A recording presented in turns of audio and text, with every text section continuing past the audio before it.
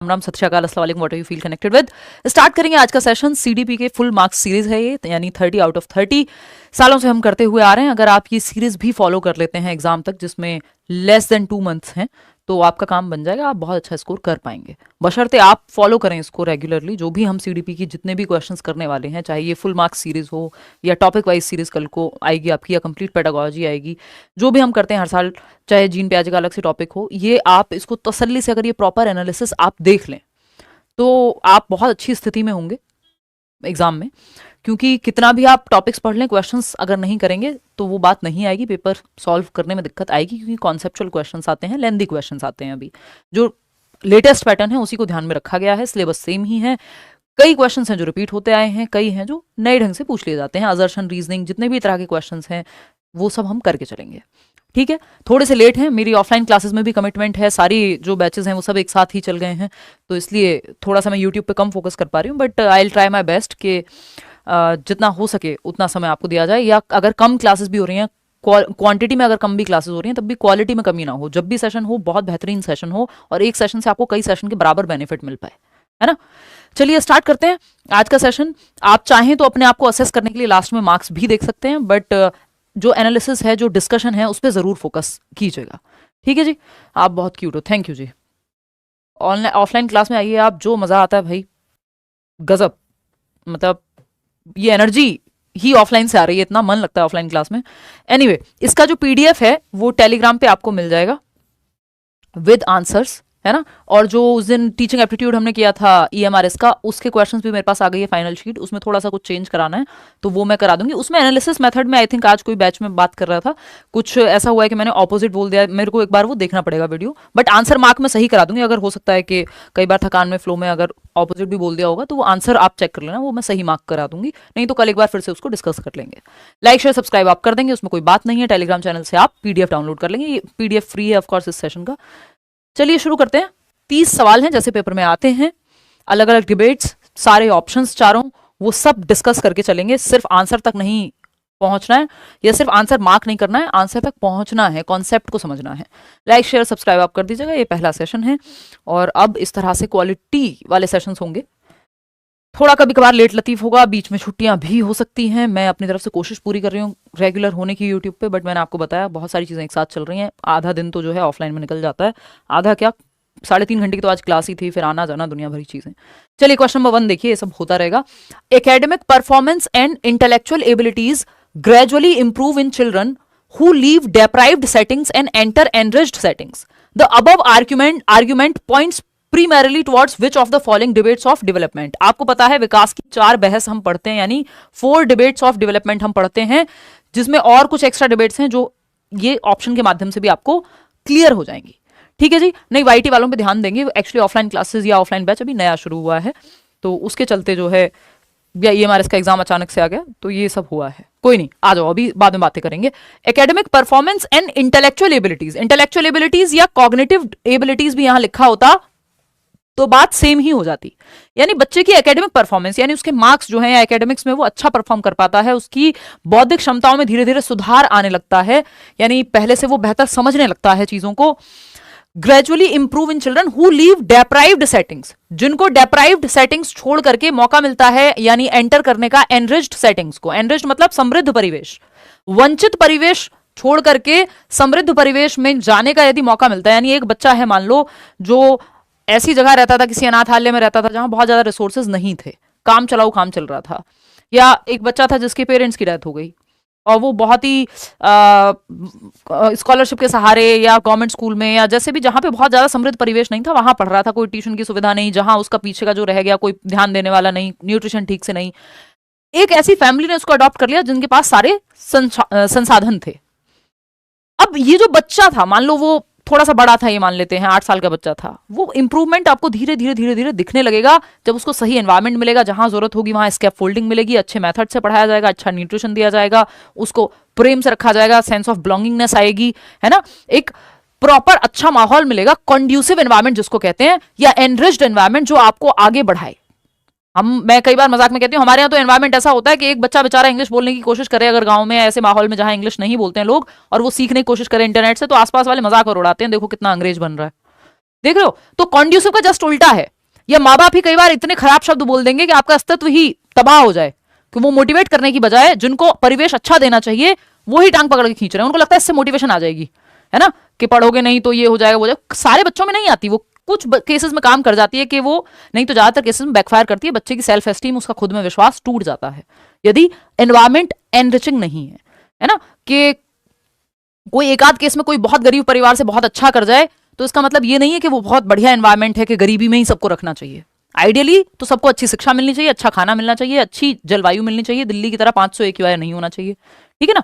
तो अगर हम देखते हैं यहाँ पे, तो ये एक बात कही जा रही है कि बच्चे का एकेडमिक प्रदर्शन जो है, अकादमिक प्रदर्शन वो बेहतर हो जाता है, बौद्धिक क्षमताएं उसकी सुधरने लगती हैं, उसकी thinking, reasoning, problem solving, decision making, ये सारी दिमागी क्षमताएं हैं ना, जिनको हम इंटेलेक्चुअल एबिलिटीज या कॉग्निटिव एबिलिटीज कहते हैं, ये सब सुधरने लगेंगी अगर उसको सही एनरिच्ड एनवायरमेंट मिल जाए, जहां उसको अच्छे पढ़ाने वाले टीचर्स मिल जाए, जहां हेल्प हो वो रिसोर्सेज मिल जाए, अच्छा मान लीजिए ऑनलाइन कोर्स की जरूरत है ऑनलाइन मिल जाए, माहौल मिले उसको, प्रॉपर सुविधाएं मिले। वो ऐसा नहीं है कि सुबह उठता है और काम पे लग जाता है या दुकान पे चला जाता है, स्कूल तो बस नाम के लिए चल रहा है, उसको प्रॉपर पढ़ने का मौका या समय भी मिल रहा है, अवसर मिल रहा है और सारी संसाधन भी मिल रहे हैं। तो बच्चे की क्या है, जो इंटेलेक्चुअल एबिलिटीज हैं वो इंक्रीज होती हुई, एकेडमिक परफॉर्मेंस आपको सुधरती नजर आएगी।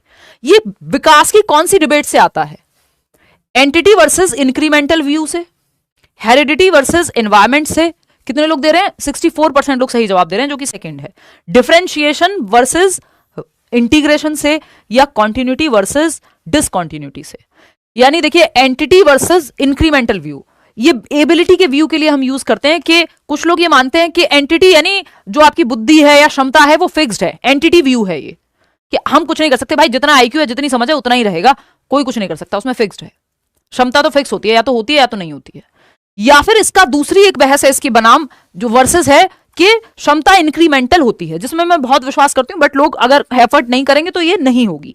इंक्रीमेंटल है मतलब आपकी क्षमता बढ़ती रहेगी या बढ़ती रह सकती है, हमारी सीखने की क्षमता बढ़ती रहेगी, हमारी समझ बढ़ती रहेगी यदि एफर्ट और प्रैक्टिस किया जाए तो एंटिटी वर्सेस इंक्रीमेंटल व्यू, इसकी तो बात नहीं हो रही यहां कि बच्चा एफर्ट मारे तो इंक्रीमेंट हो सकता है, ये तो बात नहीं हो रही है।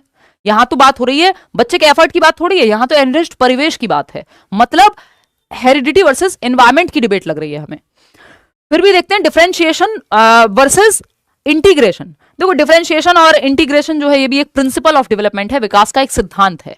Differentiation versus integration. इंटीग्रेशन में क्या होता है, सारी जो टाइप्स ऑफ डेवलपमेंट है एक यूनिट के रूप में काम कर रहे होते हैं। कि जब आप बैडमिंटन खेल रहे हैं तो आपका सिर्फ, या आप क्रिकेट खेल रहे हैं तो सिर्फ शारीरिक विकास काम नहीं कर रहा, सिर्फ फिजिकल डेवलपमेंट काम नहीं कर रहा, जो विकास के प्रकार हैं फिजिकल, कॉग्निटिव, सोशल, इमोशनल, आपका दिमाग भी काम कर रहा है। भाई हम MS धोनी को कहते हैं एकदम मास्टरमाइंड टाइप के व्यक्ति हैं, मैच जिता देते थे, तो वो दिमाग में भी तो स्ट्रेटेजी बना रहे हैं ना, और शारीरिक रूप से तो काम कर ही रहे हैं। सोशली जो पूरी टीम मेट्स हैं उनको कोऑपरेट करके, टीम का गेम है ना, टीम स्पोर्ट कहते हैं जिसको हम, तो वो भी आ रहा है। इमोशंस को भी कंट्रोल में रखना है, पता चले किसी प्लेयर को आप अगर फील्ड पे गाली दे दोगे या स्लेजिंग हो जाएगी, हो सकता है बैन हो जाओ, तो इमोशंस को भी कंट्रोल करना है। तो आप एक गेम खेल रहे हो या एक स्पोर्ट में हो, क्रिकेट में, लेकिन आपको ये चारों टाइप्स ऑफ डेवलपमेंट इस्तेमाल करने हैं, एक सिंगल यूनिट के रूप में आप इसको इस्तेमाल कर रहे हैं। तो ये प्रिंसिपल ऑफ इंटीग्रेशन है कि विकास के कई पहलुओं को जब आप एक सिंगल यूनिट के रूप में यूज करते हैं। वहीं अगर मैं बात करती हूं डिफरेंशिएशन की, तो डिफरेंशिएशन में आपको डिफरेंशिएट करना आना चाहिए। बच्चा जब रोता है तो पूरे शरीर से रोता है, बाद में वो बस 2 उंगलियों से आंसू पोंछ लेता है, डिफरेंशिएशन है कि पहले उसकी रोने की जो आवाज है वो हर चीज के लिए रोता है। जब छोटा है तो आपको पता नहीं लगेगा 1 महीने का 2 महीने का बच्चा क्यों रो रहा है, कि उसे भूख लगी है, कि उसे पॉटी आई है, कि उसे कोई बीमारी है, बस वो रोता है और एक ही तरह से रोता है, उसको कुछ नहीं पता। धीरे धीरे वो चेंज होने लगता है कि अगर उसको कोई दर्द हो रहा है तो वो अलग तरह से रोएगा, सूसू पॉटी है तो अलग तरह का ड्रामा करेगा, फिर आपको समझ में आने लगता है, आप डिफरेंशिएट करने लगते हैं कि किस तरह का रोना है इसका, है ना। कई बार आप देखते हैं थोड़ा बड़ा हो जाएगा, 2 साल का बच्चा है, इतने तमाशे करके रोता है वो, जब उसको कुछ चाहिए होता है आपको समझ में आ जाता है ये नौटंकी कर रहा है, एक्चुअल में नहीं रो रहा, और 2 मिनट चुप हो जाएगा, खेलता फिरेगा।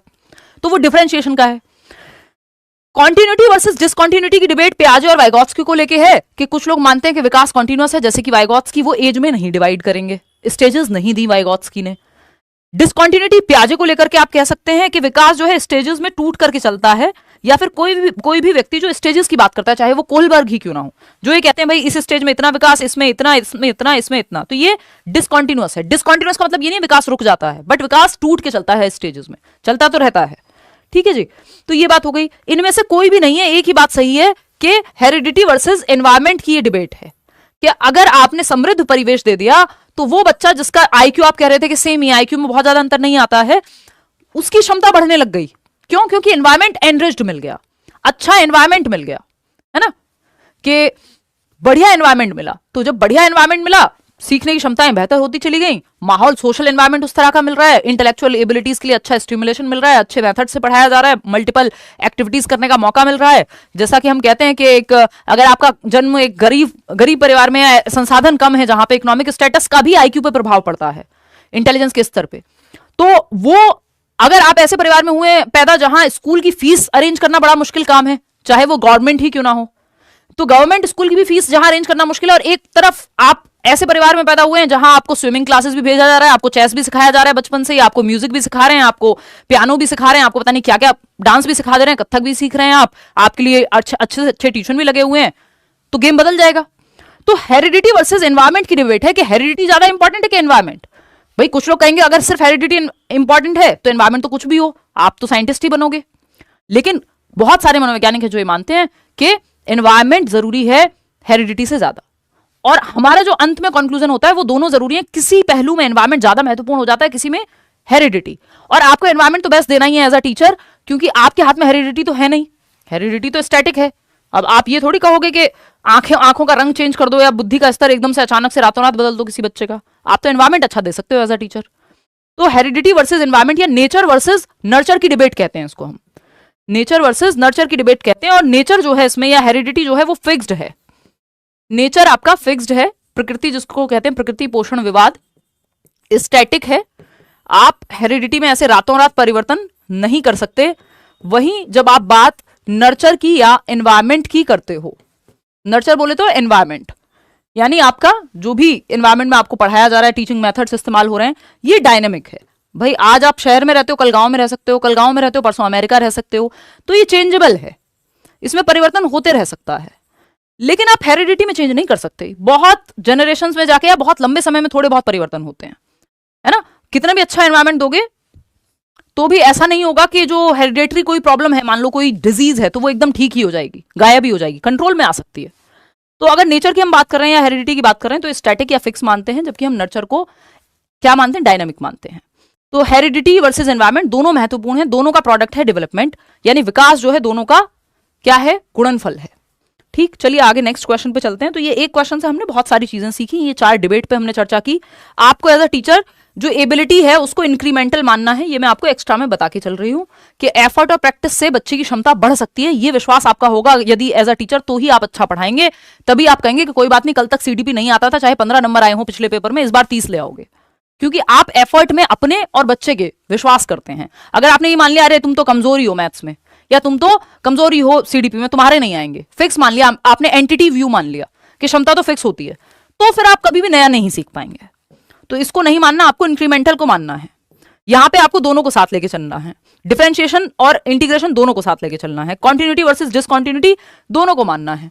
ठीक, चलिए खैर नेक्स्ट सवाल पे पढ़ते हैं। क्वेश्चन नंबर 2 देखिएगा, which of the following factor is not proposed by Jean Piaget as affecting change in cognition? ये जमानों से आता रहा सवाल है, पता नहीं कितनी बार अलग अलग तरह से इसको पूछा जा चुका है। वही 4 फैक्टर्स हैं जो मैं आपको बहुत समय से बताते हुए आ रही हूं। MESE, ये सवाल बहुत बार रिपीट हुआ है ना। तो जो लोग कहते हैं कि सवाल रिपीट नहीं होते, मतलब ही नहीं है, ये बात एकदम धराशाही है। एज इट इज भी रिपीट हो जाते हैं, और थोड़ा सा कॉन्सेप्ट में चेंज करके या भाषा में परिवर्तन करके तो मैक्सिमम क्वेश्चन वही आते हैं, क्योंकि सिलेबस कोई बदला नहीं है आपका। ठीक है ना। तो अगर हम देखें विच, आपका फोकस होना चाहिए, आपको कॉन्सेप्ट समझ में आए, सवाल के जवाब रटना आपका फोकस नहीं है, आप सवाल के जवाब तक पहुंच पाए, ये आपका फोकस है, कि वो प्रोसेस आपकी अच्छी हो जाए। निम्नलिखित में से कौन सा कारक जीन पियाजे द्वारा प्रस्तावित संज्ञान में परिवर्तन करने वाले कारकों में से नहीं है? नॉट पूछा है तो ध्यान से जवाब दीजिएगा। MESE 74% लोग सेकंड ऑप्शन कह रहे हैं। बहुत बढ़िया, बहुत ही समझदार लोग हैं आप। ये सबसे आसान सवाल है, क्योंकि आपको पता है ये कल्चरल टूल की बात कौन करता है। SCL का मैंने शॉर्ट फॉर्म आपको शॉर्ट ट्रिक एक बताया हुआ है, जिन लोगों ने कभी भी मुझसे पढ़ा होगा। सोसाइटी, कल्चर और लैंग्वेज, समाज, संस्कृति और भाषा, इन तीनों चीजों की बात कौन करता है? वाइगॉत्स्की करते हैं, ना कि आपके पियाजे। पियाजे इन 4 फैक्टर्स की बात करते हैं, है ना। ये 4 मुख्य फैक्टर हैं पियाजे की थ्योरी में, MESE, यानी मैचुरेशन, जो कि बायोलॉजिकल मैचुरेशन या जेनेटिक्स की वो बात करते हैं कि बच्चा अगर रेडीनेस नहीं है उसमें, 5 साल के बच्चे को 10वीं क्लास का सिलेबस नहीं कराते आप, क्यों? क्योंकि अभी वो मैच्योर नहीं है उस चीज के लिए, उसका जेनेटिक मेकअप अभी विकसित नहीं हुआ। इक्विलिब्रेशन, इक्विलिब्रेशन की बात पियाजे करते हैं, जिसमें अडेप्टेशन और ऑर्गेनाइजेशन आता है, अडेप्टेशन में एसिमिलेशन और एकोमोडेशन आता है। ठीक, फिर आता है आपका एक्टिविटी, एक्टिविटी को हम एक्सपीरियंस कहते हैं यहाँ पे, कि अनुभव लेना, बच्चा एक्टिविटी करके एनवायरमेंट के साथ सीखेगा। और तीसरी चीज है ये सोशल इंटरेक्शन। ये 4 फैक्टर्स पियाजे की थ्योरी में है, मैचुरेशन, एक्सपीरियंस जिसको एक्टिविटी भी कह सकते हैं, सोशल एक्सपीरियंस और इक्विलिब्रियम या इक्विलिब्रेशन। ये 4 फैक्टर्स हैं पियाजे की थ्योरी में। कल्चरल टूल्स की बात पियाजे नहीं करते, वो वाइगॉत्स्की करेंगे। कल्चर में आपकी भाषा, आपका सोचने का तरीका, आपकी प्रॉब्लम सॉल्विंग का तरीका, ये सब आपकी संस्कृति प्रभावित करती है ना? कि हमारा कल्चर है कि हम एक गाड़ी भी लेने जाते हैं तो पूरा परिवार जाता है ना? हम कुछ भी नया शुरू करेंगे तो क्या करेंगे? पूजा करेंगे, कल्चर है। किसी के यहाँ पे कुछ और होगा, गर्दन मत हिलाइए राहुल। ठीक, मान लिया आपको बहुत अच्छा लग रहा है, आज सीडीपी में 30 में से 30 लेके आओगे, है ना? डिस्ट्रैक्शन हो रहा है, देखिएगा। तो अगर हम बात करें तो ये कल्चरल टूल्स की बात कौन करेगा? सोसाइटी, कल्चर और लैंग्वेज की बात वाइगॉत्स्की करते हैं। तो second option is the right answer. अगर आप इसको पियाजे की इक्विलिब्रेशन को अगर आप समझना चाहेंगे तो वो मैंने यहाँ पे इसमें डाला हुआ है कि ये पूरी जो प्रोसेस है ये अडेप्टेशन की प्रोसेस है, बट पियाजे को लेके जब क्वेश्चन आएगा तब हम इसकी डिटेल में जाएंगे नेक्स्ट क्लास में। इक्विलिब्रेशन जब समझने की जरूरत लगेगी, अभी इसके बिना काम हमारा चल जा रहा है, क्योंकि मैं वैसे चाहती हूँ कि जैसे आपके दिमाग में चीजें जम भी पाए, है ना, कि फॉर्म हो पाए कॉन्सेप्ट्स, थोड़ा इजी टू कॉम्प्लेक्स में चलें। ऐसा ना हो कि हम पहले ही दिन इतना कुछ भर लें दिमाग में कि फिर वो अगली बार समस्या हमारे ओवर फ्लो हो जाए, पानी की टंकी भर जाए और आवाज आनी शुरू हो जाए कि पानी की टंकी भर गई है ना, कृपया मोटर बंद कर दीजिए, फिर आप कहें लाइव क्लास बंद कर दो, मेरा दिमाग फट गया, बहुत कुछ पढ़ लिया एक ही दिन में। ग्रेजुअली पढ़ना है, धीमे धीमे धीमे धीमे। ठीक है, क्वेश्चन नंबर 3 देखिएगा, ये है असर्शन और रीजन। 5 से 6 क्वेश्चन आजकल इस टाइप के आ जाते हैं और इसमें कोई भी टॉपिक का क्वेश्चन को आप के सामने आ सकता है जो असर्शन और रीजन की फॉर्म में बन गया हो। ठीक है जी, तो अगर हम देखते हैं अभिकथन, या एक स्टेटमेंट होगा सिंपल और एक उसका रीजन होगा। इसकी 3 स्टेप की प्रोसेस होती है सॉल्व करने की। पहले ये चेक कर लो ये सही है कि नहीं, फिर रीजन चेक कर लो सही है कि नहीं, अगर सही है तो इसके लिए सही है कि नहीं है, भाई राहुल रीना के लिए सही है कि नहीं है, ये भी तो चेक करोगे ना, दो लोग कंपैटिबल हैं कि नहीं है ना? एक व्यक्ति से ब्रेकअप हो जा रहा है 4 दिन में, दूसरे व्यक्ति के साथ आप जीवन गुजार दे रहे हो, तो इसका मतलब वो दोनों व्यक्ति एक दूसरे के लिए सही नहीं थे। तो आपको रीजन चेक करना पड़ेगा कि ये स्टेटमेंट के लिए सही है ये रीजन या नहीं, कि जो ऊपर कहा गया है उसके बारे में सही है या नहीं, ये कारण सही है कि नहीं कथन के बारे में, ये चेक करना होता है। तीसरा स्टेप में, पहले स्टेप में ये अभिकथन सही है कि नहीं, फिर कारण सही है कि नहीं, फिर कारण जो है वो अभिकथन के लिए सही है कि नहीं।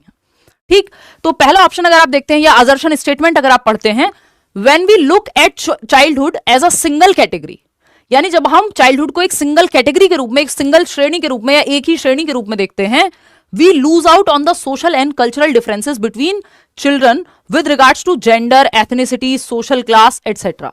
मतलब जब हम बचपन को एक ही श्रेणी के रूप में देखते हैं तो हम जेंडर, जातीयता, सामाजिक वर्ग के संबंध में बच्चों के बीच सामाजिक और सांस्कृतिक अंतर खो देते हैं। यानी हमने एक ही क्लास के रूप में देख लिया, यानी बचपन मतलब सबके लिए सेम, है ना, गरीब अमीर जेंडर किसी चीज का कोई प्रभाव पड़ ही नहीं रहा, सबका बचपन एक जैसा मजेदार। पॉसिबल है? हम क्या खो देंगे? हम डिफरेंशिएशन ही खो देंगे। रीजन क्या है इसका? Childhood is a social construction. बात सही है या नहीं है, दिखाना। फोर्थ ऑप्शन कितने लोग दे रहे हैं?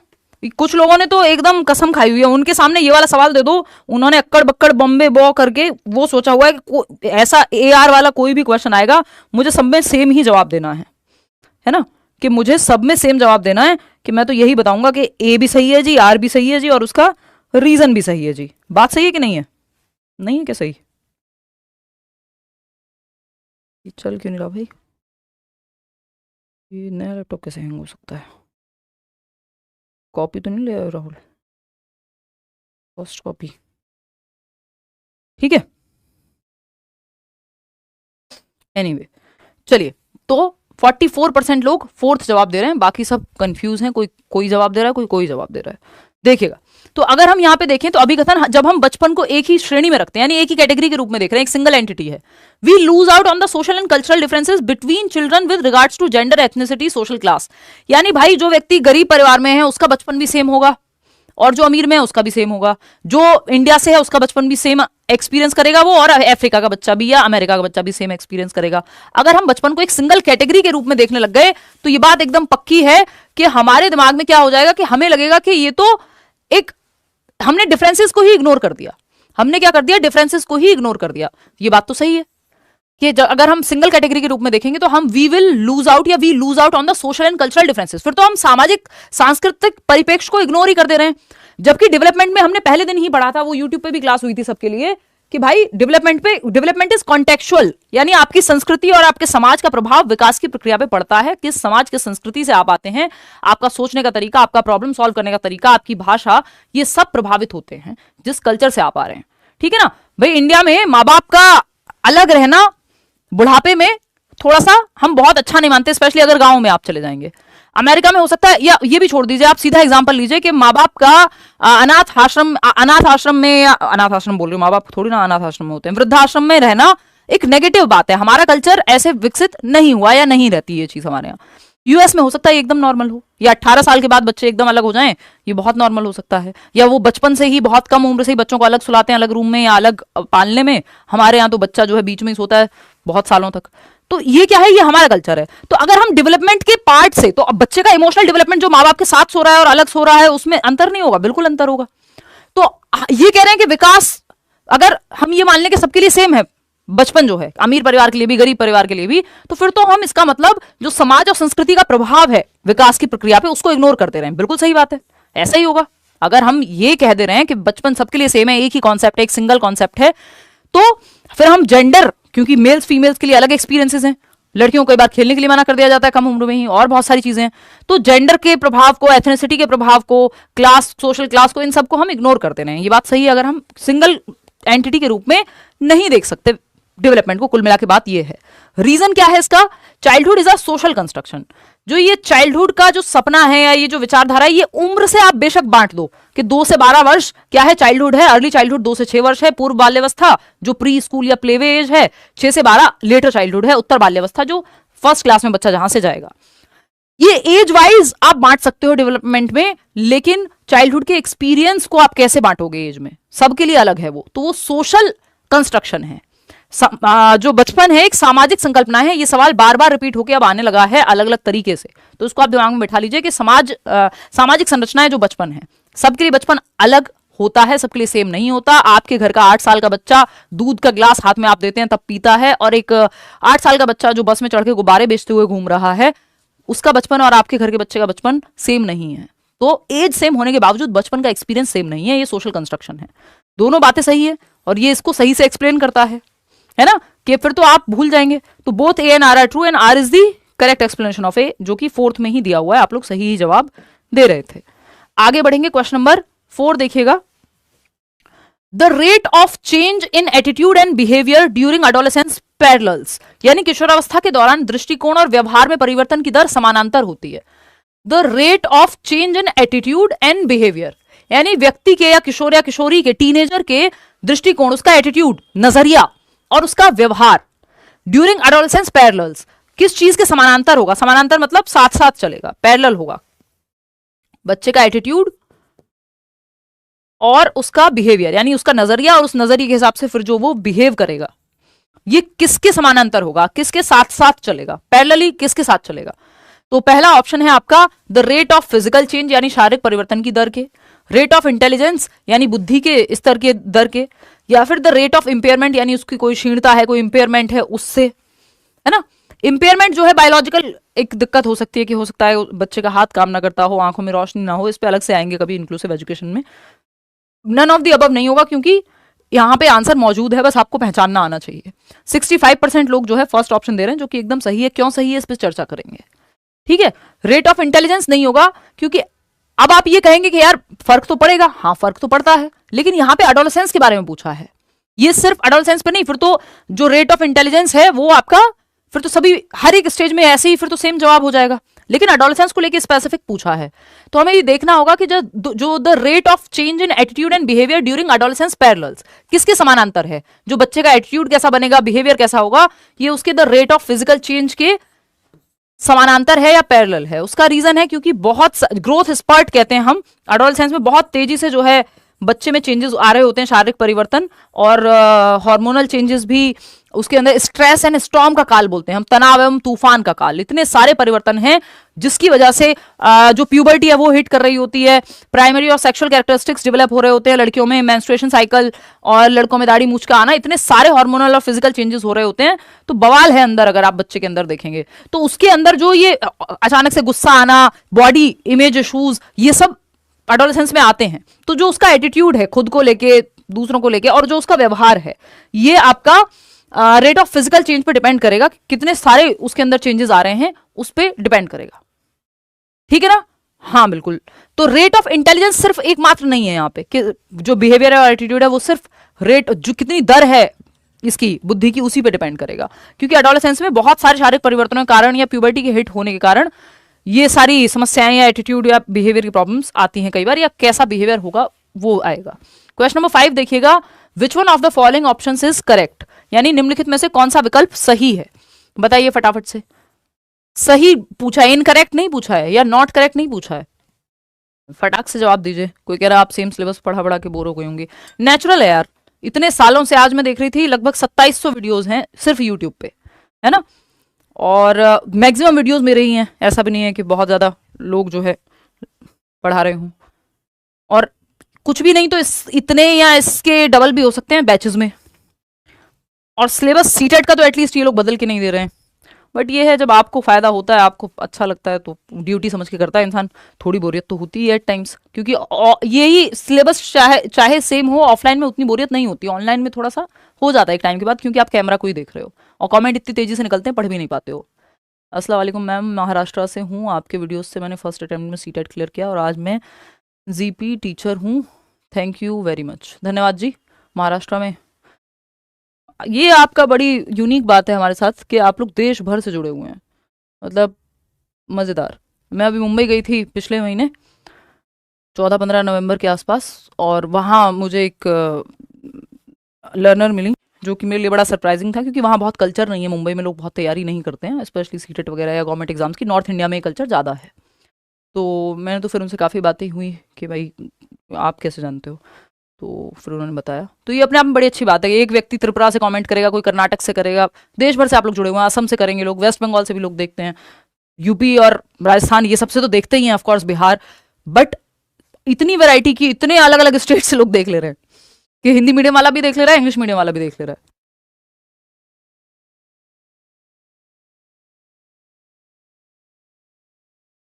एनीवे, हैदराबाद, अब सब लोग कमेंट करने लगे। कमेंट मत करो, इधर आ जाओ फटाफट, वैसे ही लेट हैं हम लोग। Which one of the following options is correct, कौन सा विकल्प सही है? कितने लोग थर्ड ऑप्शन दे रहे हैं? 65%। अभी समझते हैं। Adolescence is a dreaded age. Dreaded मतलब भयावह है ना, स्ट्रेस एंड स्टॉर्म का काल है, स्टैनली हॉल कहते हैं, तनाव एवं तूफान की अवस्था, क्योंकि इतने सारे परिवर्तन एक साथ हो रहे हैं। आइडेंटिटी क्राइसिस, यानी मैं हूं कौन, मैं बड़ा हूं कि छोटा हूं, मुझे क्या करना है लाइफ में, हर तरह का सवाल बच्चे के मन में होता है। मैं तो ये आइडेंटिटी क्राइसिस का भी टाइम है। प्यूबर्टी हिट कर रही है तो फिजिकल चेंजेस बहुत सारे हो रहे हैं, है ना। बच्चा जो है थोड़ा सा हीरो वर्शिप भी उसके अंदर है, फीलिंग ऑफ रिवोल्ट भी है, अग्रेशन भी है, माँ बाप से भी झगड़े होते हैं, कॉन्फ्लिक्ट होते हैं इस उम्र में। ठीक, तो एडोलेसेंस थोड़ी ड्रेडेड एज है या भयावह उम्र है, क्योंकि इतने सारे चेंजेस के चलते जो बच्चे को एडजस्टमेंट प्रॉब्लम होती है कि वो एनवायरमेंट में ईजी महसूस नहीं करता, और वो विद्रोह की भावना भी है कि दुनिया बदल देनी है। Adolescence is a time of unrealism, ये कह रहे हैं सेकेंड ऑप्शन में कि किशोरावस्था अवास्तविकता का समय है, विच इज ट्रू, कि ये अनरियलिज्म का काल है। क्यों? क्योंकि बच्चा अपनी एक इमेजिनरी दुनिया में रहता है। दूसरा, आइडियलिज्म बहुत ज्यादा है उसके अंदर, है ना। तो आप देखेंगे जो भी क्रांतिकारी टाइप के लोग होते हैं, यहीं से शुरुआत हो जाती है। तो अगर हम देखते हैं कि एक आइडियलिस्टिक पॉइंट ऑफ व्यू है कि ये चीज ऐसे होनी चाहिए, समाज ऐसा क्यों है, दुनिया ऐसी क्यों है, सब क्यों नहीं बदल रहा, फिर आप धीरे धीरे देखते हो यार ये कुछ नहीं बदलने वाला, मैं ही अपना जीवन बदल लूं, जैसा मुझे चाहिए मैं अपने जीवन में परिवर्तन कर लूं, बड़ी बात है ना।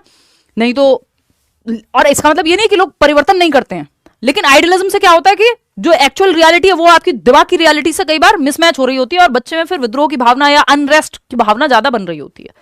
तो एडोलेसेंस, और फिर वो थोड़ा डे ड्रीमिंग भी करता है कि देखना जब मैं वो वाली गाड़ी लूंगा, मैं अपने प्राइवेट जेट से जाऊंगा, फलाना करूंगा। वो रियलिटी से थोड़ा सा दूर भी कई बार जाता है, डे ड्रीमिंग करता, खुली आंखों से सपने देखना जिसको हम कहते हैं, ठीक है ना। तो वो आपका यहां पे है, तो दोनों ही बातें सही हैं इस हिसाब से, तो बोथ ए एंड बी।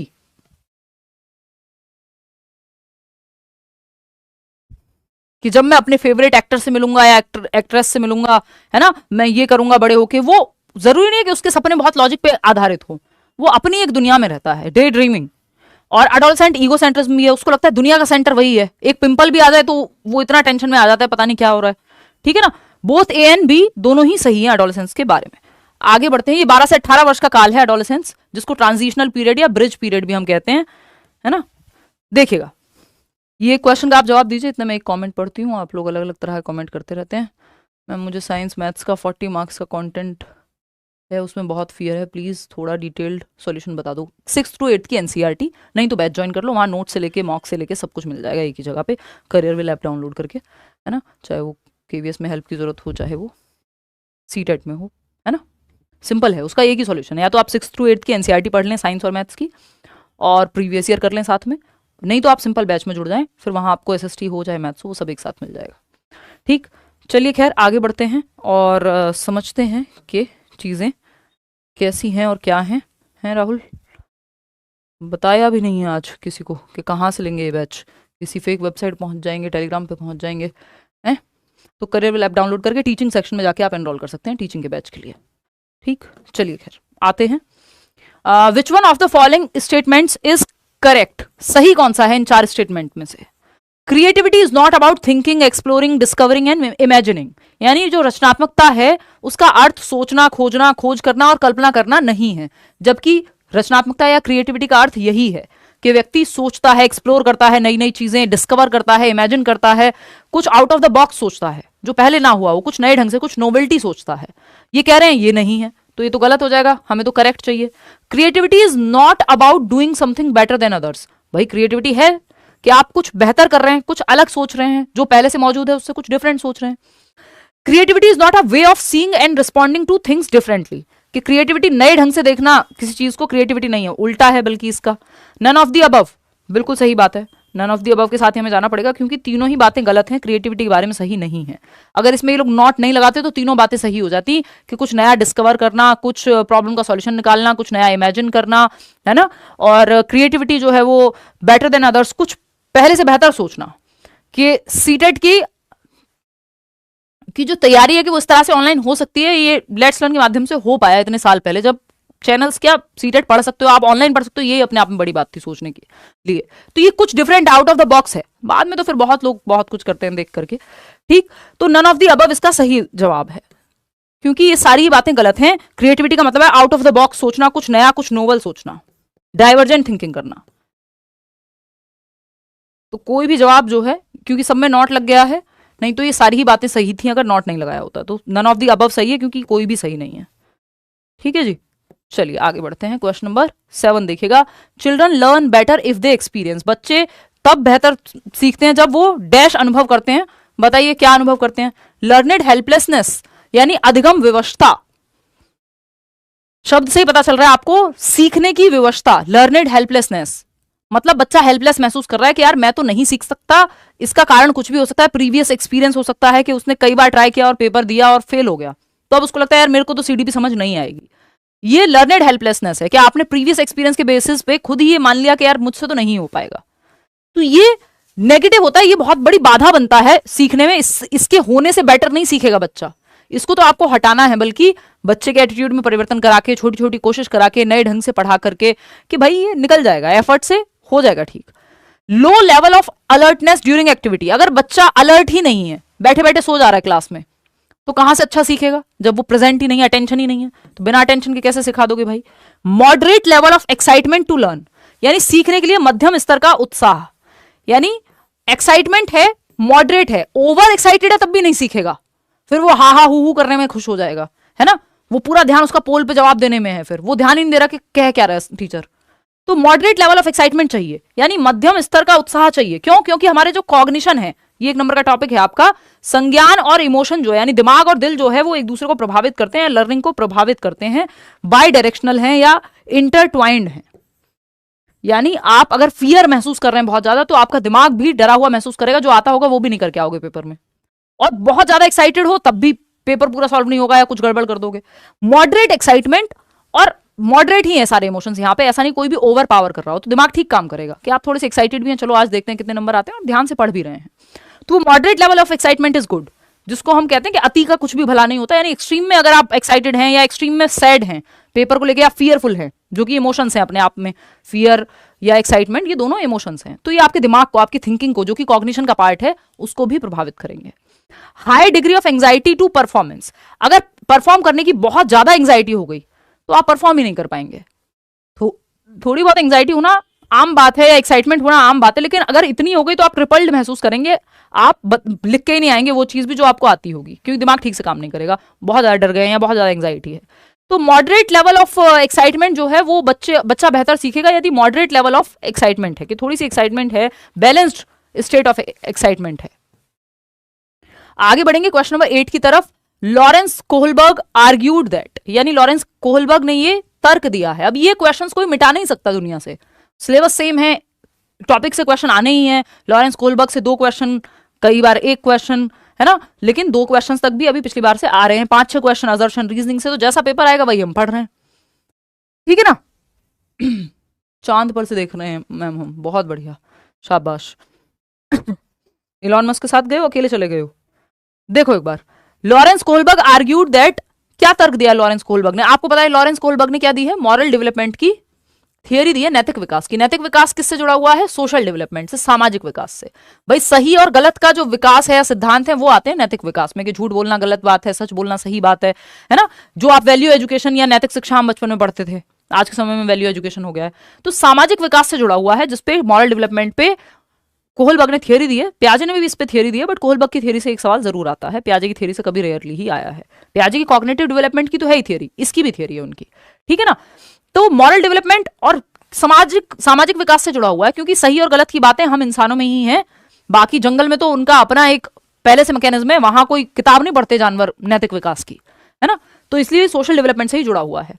पहला ऑप्शन है, there are gender differences in moral reasoning of children, यानी बच्चों के नैतिक तर्क में लिंग भेद होते हैं, यानी लड़कियों की मॉरल रीजनिंग पे अलग से रिसर्च किया इन्होंने, या लड़कों की अलग, ऐसा नहीं है, बल्कि ये जेंडर बायस थियरी है, सिर्फ मेल सैंपल्स को ही इसमें इंक्लूड किया गया है ना। और इनकी ही स्टूडेंट थी कैरल ग्लेगन, हैं अभी भी, उन्होंने इसको जेंडर बायस थियरी कहा है कि फीमेल्स को सैंपल के रूप में यूज ही नहीं किया गया, यानी जिन सैंपल्स के थ्रू या जिन डिस्कशंस के थ्रू लॉरेंस कोहलबर्ग ने ये थियरी बनाई, उसमें महिलाओं को शामिल ही नहीं किया गया। तो जो भी मॉरलिटी की स्टेजेस दी हैं वो तो पुरुषों के आधार पर दे दी गई।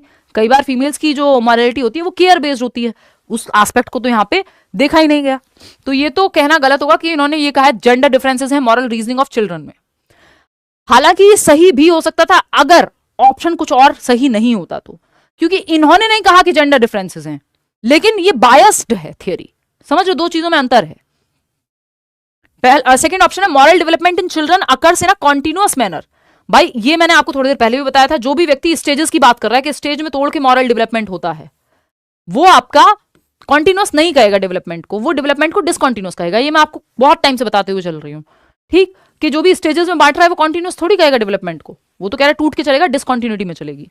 There are cultural differences in moral reasoning of children, इन्होंने कल्चर डिफरेंस पे ध्यान नहीं दिया, ये तो इनका क्रिटिसिज्म है, ये भी इनका क्रिटिसिज्म है कोहलबर्ग का, कि नैतिक तर्क में सांस्कृतिक अंतर होते हैं, इस पे ध्यान ही नहीं दिया उन्होंने तो कहा अमेरिका में भी यही मॉरल रीजनिंग की स्टेजेस चलेंगी, इंडिया में भी यही चलेंगी, और आपकी अफगानिस्तान में भी यही चलेंगी। जबकि मैं आपके साथ बहुत बार ये डिस्कस करती हूँ कि कल्चरल डिफरेंस, जो इसका क्रिटिसिज्म है, आलोचना है इस थियरी की, कि कल्चरल डिफरेंस की अगर हम बात करें तो इंडिया में माँ बाप को ओल्ड एज होम भेजना ठीक नहीं माना जाता, इसलिए कई लोग गांव में तो स्पेशली बहुत ही खराब दृष्टि से इस चीज को देखेंगे, तो वहां माँ बाप की सेवा कई बार लोग मजबूरी में कर रहे होते हैं कि कोई और चारा नहीं है। वही चीज शायद अमेरिका में इसलिए हो जा रही है। हमारे यहाँ डिवोर्स को उतना खराब माना जाता है कि बहुत सारे लोग बस बच्चों के लिए, समाज के लिए शादी चलाते रहते हैं, अंदर से एकदम तबाह होती हैं वो शादियां, कोई खास कुछ है नहीं। तो हमारे यहाँ डिवोर्स रेट बहुत कम है, तो हम कहते हैं इंडिया में डिवोर्स रेट बहुत कम है। बाहर विदेश में 42% मान लीजिए, यूएस में क्यों है? क्योंकि वहां ये सब नहीं है, कि उतना खराब दृष्टि से नहीं देख रहे कि डिवोर्स हो गया तो बड़ी दिक्कत वाली बात हो गई, कि नहीं चल रही शादी तो हो गया डिवोर्स। अब मैं प्रमोट नहीं कर रही हूं, बट डिफरेंस है ये कि मॉरल रीजनिंग जो है सेम नहीं है सारी दुनिया में। कल्चर का बहुत बड़ा प्रभाव है कि क्या सही और क्या गलत है, वो अलग अलग संस्कृति में अलग अलग मायने हैं उसके, तो उस हिसाब से फिर एक्शंस होते हैं। इन्होंने कह दिया नहीं सारी दुनिया में यही स्टेजेस काम आएंगी, तो सारी दुनिया में थोड़ी काम आ रही है। फिर आते हैं नेक्स्ट पे, मॉरल डेवलपमेंट अकर्स प्रोग्रेसिवली इन स्टेजेस। यही बात एकमात्र ठीक है कि जो आपका नैतिक विकास है वो क्रमिक चरणों में होता है। कितने चरण दिए इन्होंने? 6 स्टेजेस दी हैं और 3 लेवल दिए, यानी हर एक लेवल पे 2 स्टेजेस हैं, प्री कन्वेंशनल, कन्वेंशनल और पोस्ट कन्वेंशनल। प्री कन्वेंशनल जहां जीरो मॉरलिटी है बच्चे की, बाहर से पनिशमेंट के डर से वो बेचारा सही और गलत की कोशिश करता है। फिर मॉरल आ जाता है कन्वेंशनल लेवल, जहां समाज के डर से वो करेगा या अच्छा लड़का अच्छी लड़की कहलाएगा इसलिए। फिर तीसरा जो है वो आपकी खुद की मॉरलिटी होती है तीसरे स्तर पे, उस पर अलग से किसी दिन चर्चा करेंगे, एक ही दिन में सब पढ़ लोगे तो टेंशन में आ जाओगे। क्वेश्चन नंबर 9 है, तो आप इसलिए इसको ये नहीं कह सकते कि ये वाला सही हो जाएगा क्योंकि इससे बेहतर ऑप्शन हमारे पास है। और जेंडर बायस थियरी ये कहना सही है, लेकिन उन्होंने जेंडर डिफरेंस पे फोकस ये तब कर पाते जब इन्होंने लड़कियों का कोई सैंपल लिया तो होता, जब रिसर्च में शामिल नहीं किया उनको, तो ये कैसे कह देंगे जेंडर डिफरेंस है। क्वेश्चन नंबर 9, ये तो इनकी आलोचना में है कि जेंडर बायस है। क्वेश्चन नंबर 9 है, विच of the following statement represents proximo distal principle of development, यानी समीपस्थ दूरस्थ या समीप दूराभिमुख सिद्धांत का प्रतिनिधित्व कौन सा एक ऑप्शन करता है। ये मैंने आपके साथ डिस्कस नहीं किया हो तो मैं बता देती हूं कि प्रिंसिपल ऑफ मल्टी डायरेक्शन है, यानी डेवलपमेंट जो है मल्टी डायरेक्शनल होता है, बहुआयामी होता है, सॉरी बहुदिशीय होता है ना। डेवलपमेंट क्या है? बहुदिशीय होता है, यानी बहु दिशाओं में होता है, मल्टीपल दिशाओं में होता है। डेवलपमेंट इज मल्टी डायरेक्शनल, ये आपका एक प्रिंसिपल ऑफ डेवलपमेंट है, यानी विकास का सिद्धांत है जिसके अंदर ये आता है, यानी बहुदिशीय है जो विकास है वो कई दिशाओं में होता है या मल्टीपल दिशाओं में होता है, जिसमें मुख्य रूप से आप 2 दिशाएं पढ़ते हैं। एक है आपका सेफेलोकॉडल, सिर से पैर की ओर, पहले बच्चा अपनी गर्दन सर संभालना सीखता है, फिर धड़ संभालना सीखता है या गर्दन संभालना सीखता है, पहले गर्दन पे कंट्रोल, फिर बैठना, फिर खड़े होना, फिर चलना, यानी सर से पैर की ओर, हेड टू टो, लॉन्गिट्यूडनल या डाउनवर्ड्स कह देते हैं इसको, लंबवत, ठीक, कि पहले सर पे कंट्रोल और फिर पैर के अंगूठे तक आपका कंट्रोल जो है आता है बॉडी पे। दूसरी है इसमें प्रॉक्सिमो डिस्टल, जिसके बारे में इन्होंने सवाल पूछा है। प्रॉक्सिमो डिस्टल यानी समीप से, डिस्टल समीप से दूर की ओर, प्रॉक्सिमो डिस्टल यानी सेंटर से आउटवर्ड, ये बॉडी के सेंटर से आपके बाहर की तरफ, near to far, centre to periphery, ऐसे जाता है विकास। ठीक है जी, मतलब पहले आपके बॉडी के सेंटर में आपका हार्ट है, आपकी रीढ़ की हड्डी है, फिर आपके कंधों पे कंट्रोल, फिर आपकी भुजाओं पे कंट्रोल, फिर भुजाओं से हैंड्स पे और हैंड्स से फिर फिंगर्स पे, यानी ये बाहरी सीमाएं हैं, सेंटर टू पेरिफेरी हैं। तो अगर हम देखते हैं यहाँ पे प्रॉक्सिमो डिस्टल, ये central principle of multidirectional या बहुदिशीय होता है विकास, उसके अंदर आएगा।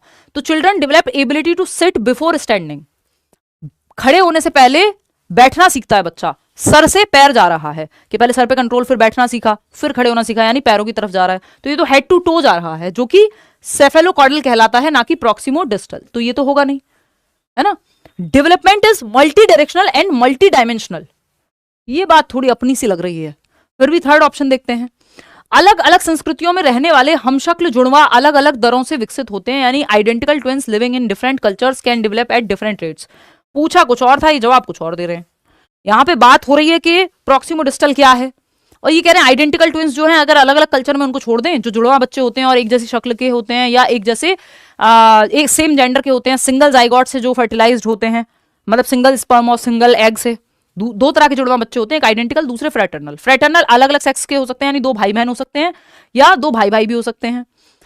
आइडेंटिकल में हेरिडिटी 0.89 यानी लगभग 90% हेरिडिटी सेम होती है, और ये सेम शक्ल के दिखते हैं, सेम जो है जेंडर के होते हैं। तो ये बात यहां पे बन नहीं रही क्योंकि ट्विंस के बारे में कोई बात नहीं हो रही थी। Children develop ability to grasp the ball before putting beads in thread, यानी बच्चा जो है पहले वो एबिलिटी विकसित करता है बॉल को पकड़ने की, बॉल पकड़ना वो पहले सीख जाएगा। पुटिंग बीड्स इन थ्रेड, सुई में धागा डालना या माला में मोती पिरोना बाद में सीखेगा, ठीक है ना। पकड़ने की क्षमता पहले विकसित हो जाएगी धागे में मोती पिरोने से पहले। अब आपको पता है कि मोती पिरोना थोड़ा कॉम्प्लेक्स काम है, बजाय कि बॉल को पकड़ना या पेन को पकड़ना आसान है, लेकिन पेन से लिख के प्रॉपर ड्रॉ करना वो मुश्किल है, या माला में मोती पिरोना मुश्किल काम है, पकड़ना किसी चीज को वो आसान है। तो simple to complex, simple to, हाँ यार मैं जयपुर आ रही हूं, कल बताऊंगी, मतलब संडे को। देखो अब सेकंड ऑप्शन कई लोग कह रहे हैं जो कि गलत हो जाएगा यहाँ पे, अभी देखते हैं क्या पूछा है हमसे। विच of the following statement represents proximo distal principle of development? Development is multi directional, बिल्कुल सही है, लेकिन मल्टी डायमेंशनल की बात यहां नहीं हो रही है। मल्टी डायमेंशनल होता है फिजिकल, कॉग्निटिव, सोशल, इमोशनल, ये सब जुड़े हुए हैं। और जब हमारे पास इससे बेहतर ऑप्शन है तो हम इसके साथ क्यों जाएंगे भाई? बहुदिशात्मक तक ठीक था, लेकिन बहुआयामी नहीं है। बहुआयामी फिजिकल, कॉग्निटिव, सोशल, इमोशनल जो टाइप्स ऑफ डेवलपमेंट है वो जुड़े हुए हैं। यहाँ पे सिर्फ फिजिकल डेवलपमेंट की बात हो रही है, मोटर डेवलपमेंट की बात हो रही है उसमें भी, अगर हम देखें तो। ठीक, तो इसलिए सेकंड नहीं हो सकता। फोर्थ ही बचता है ऑप्शन में कि children develop ability to grasp the ball before putting beads in thread. ये मैंने आपको, अगर आप बैच में तो भी बताया था, वैसे भी कभी ना कभी बताया होगा। GF गर्लफ्रेंड नहीं है ये आपकी, ये gross to fine motor skills है, कि बच्चा पहले ग्रॉस मोटर स्किल्स उसके अंदर विकसित होती हैं जो बड़ी मांसपेशियों का इस्तेमाल है। बड़ी मांसपेशियां किसी चीज को पकड़ने में यूज होंगी, छोटी मांसपेशियां सुई में धागा या फिर माला में मोती पिरोने में यूज होंगी। तो ग्रॉस टू फाइन जा रहा है, नियर टू फार, जो कि सिंपल टू कॉम्प्लेक्स कह देते हैं, जनरल टू स्पेसिफिक भी कह देते हैं इस प्रॉक्सिमो डिस्टल को ही, कि पहले स्थूल गतिक कौशल यानी चीजों को पकड़ना, स्थूल बड़ी मांसपेशियों का प्रयोग है। बिल्कुल छोटी मांसपेशियां उससे भी छोटी, वो क्या है, धागे में मोती में माला में मोती पिरोना, ठीक है ना। तो ये ग्रॉस टू फाइन है, ये जनरल टू स्पेसिफिक है, सिंपल टू कॉम्प्लेक्स है, जो कि प्रॉक्सिमो डिस्टल का उदाहरण बनेगा। क्वेश्चन नंबर 10 देखिएगा। In developmental terms, a time frame where an individual upholds an amplified sensitivity to particular incentives for developing particular skills to function in an efficient manner is referred to as dash of development. ये सवाल पता नहीं कितनी बार आया है, कितने तरह से पूछा जा चुका है, लेकिन ये सवाल इससे पहले इतना कॉम्प्लेक्स बना के नहीं आया, ये लेंदी बन गया। सेम सवाल है, पता नहीं कितनी बार आया। आप प्रीवियस उठाकर देखेंगे, प्रीवियस ईयर पेपर, ये हर साल आपको देखने को मिलेगा लगभग, है ना। ये दोनों के लिए भाई, ये 1 to 5 के लिए नहीं है, 1 to 5 के लिए भी है, ये 6 to 8 के लिए भी है। सिलेबस सेम है CDP का, सेम लेवल, सब कुछ सेम है, अलग अलग नहीं पढ़ना होता। Child development and pedagogy level 1 level 2 के लिए सेम है CTET में सिलेबस।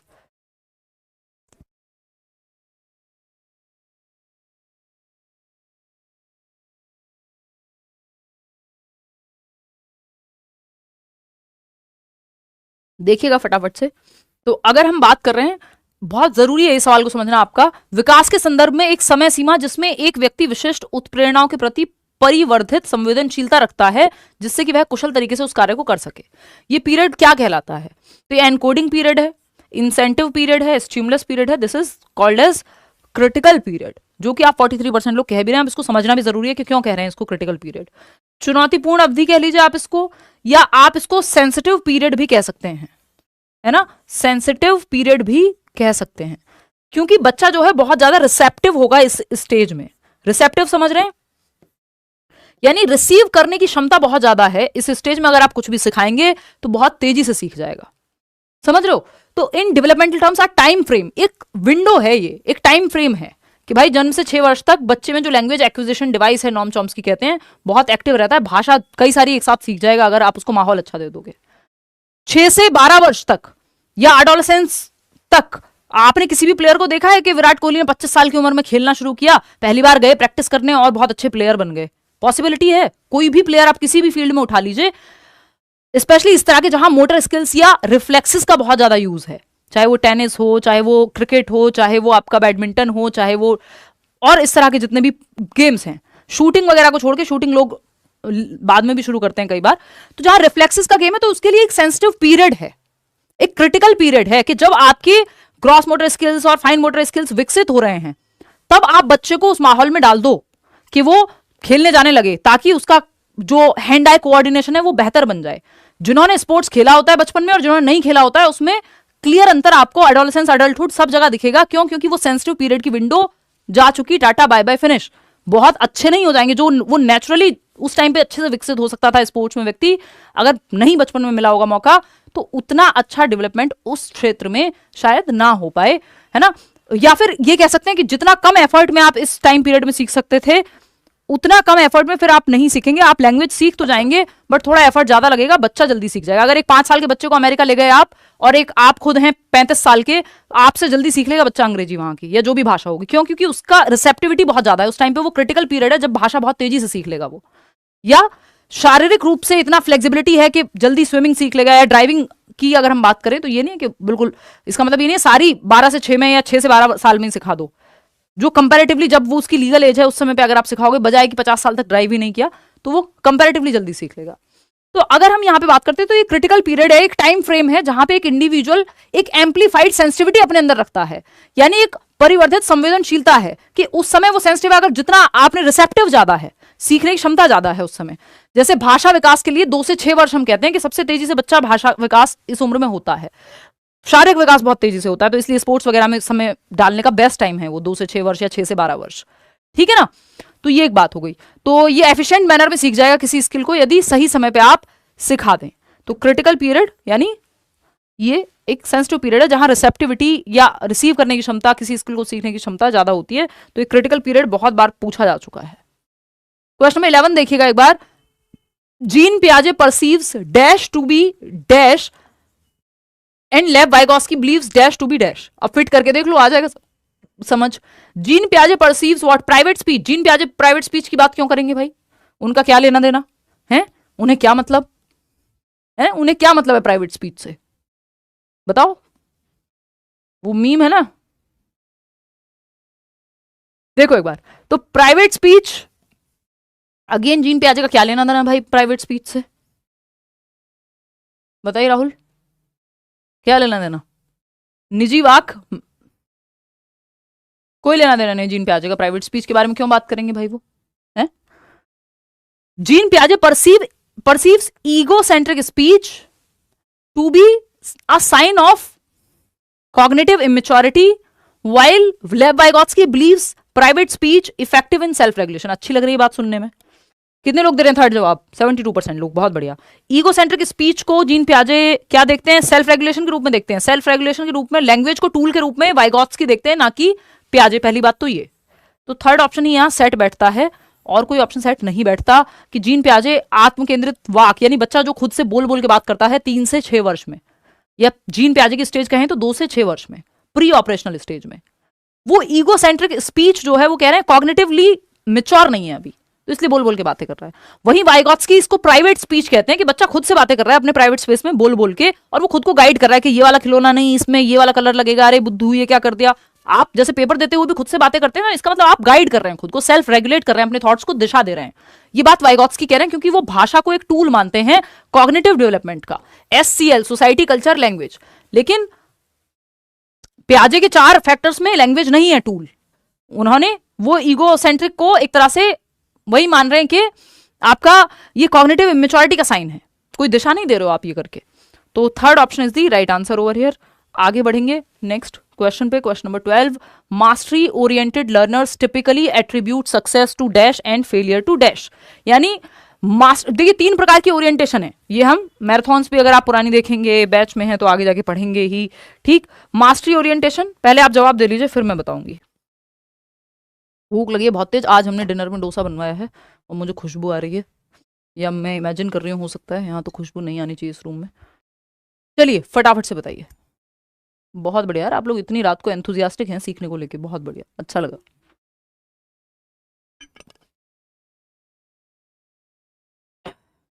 मैं सुबह 8 बजे आज उठ गई थी, 5 घंटे सो के, और 12 बजे से तो हम बाहर ही हैं, और अभी ऑलमोस्ट कितने 11 बजे हैं, तो 11 घंटे हो गए हैं।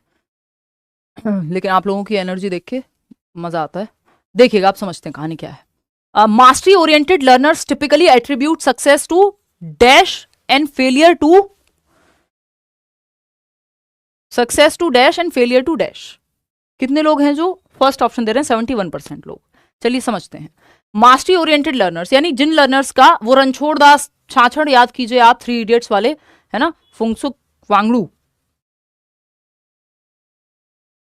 तो अगर हम बात करें रेंचो की, अगर हम बात करें तो वो क्या है, इसका उदाहरण है मास्टरी ओरिएंटेशन का, कि डिग्री मिल रही है नहीं मिल रही है कोई फर्क नहीं पड़ रहा, सीखने में मजा आ रहा है, मास्टरी हासिल करनी है। तो mastery oriented learners typically attribute success को किस पे फोकस करेंगे कि अगर वो सक्सेसफुल हो जाए तो क्या कहेंगे? वो कहेंगे एबिलिटी यानी क्षमता एंड एफर्ट, एंड फेलियर को किस पे कहेंगे? Insufficient effort. भाई ठीक से प्रयास नहीं किया तो इसलिए अनसक्सेसफुल हो गए, और ठीक से प्रयास किया, एफर्ट मारा, सही प्रयास किया तो मिल गई नौकरी, हो गया पेपर क्लियर। सही प्रयास, भाई वो एक लाइन है ना कि असफलता ये बताती है कि आपका सफलता का प्रयास ठीक से नहीं हुआ, कहीं तो एफर्ट में कमी रह गई, स्ट्रेटजी में कमी रह गई, अप्रोच में कमी रह गई। अगर आप फेल हो रहे हैं बार बार, सीटेट हो या कोई भी एग्जाम हो, तो कहीं तो कुछ गड़बड़ हुई है। वो वाली गड़बड़ नहीं कि शनिदेव की कृपा हो गई होगी, या फिर कोई झाड़ फूंक करा दो, है ना, दिमाग ठीक से काम नहीं करा होगा तो ये हो गया होगा, डेस्टिनी ही है, किस्मत में जो होता है वही मिलता है। ये सब बातों को अगर आप देखेंगे तो फिर आप मास्टरी ओरिएंटेशन पे जाएंगे ही नहीं, है ना। फिर तो आप इसी जाल में फंसे रह जाएंगे कि पेपर तो उन्हीं का क्लियर होता है जिनका जुगाड़ होता है। अगर ये सब अप्रोच अगर आप रखेंगे तो ये निश्चित है कि वैसे एफर्ट करके होता नहीं होता, बट ऐसे तो नहीं होने वाला, ये सोच के, इस एटीट्यूड से। तो एटीट्यूड लर्निंग में इंपॉर्टेंट रोल प्ले करता है। तो mastery oriented learners typically attribute success to, जिनका फोकस मास्टरी पे है वो एबिलिटी एंड एफर्ट पे फोकस करेंगे कि मैं अपना बेस्ट दूं, बाकी देखा जाएगा। और फेलियर को किस पे एट्रीब्यूट करेंगे? इनसफिशिएंट एफर्ट पे, कि यार ठीक से प्रयास नहीं किया था। एबिलिटी एंड गुड लक, ये फालतू बातें हैं। Ability and effort, bad luck, इस पे ध्यान नहीं देंगे मास्टरी ओरिएंटेड लर्नर्स। ये कोई और ओरिएंटेड देंगे, फिर परफॉर्मेंस ओरिएंटेड देंगे कि फर्स्ट आना था, हमने तो झाड़ फूक भी कराई थी फिर भी नहीं आ पाए, है ना। Ability and good luck.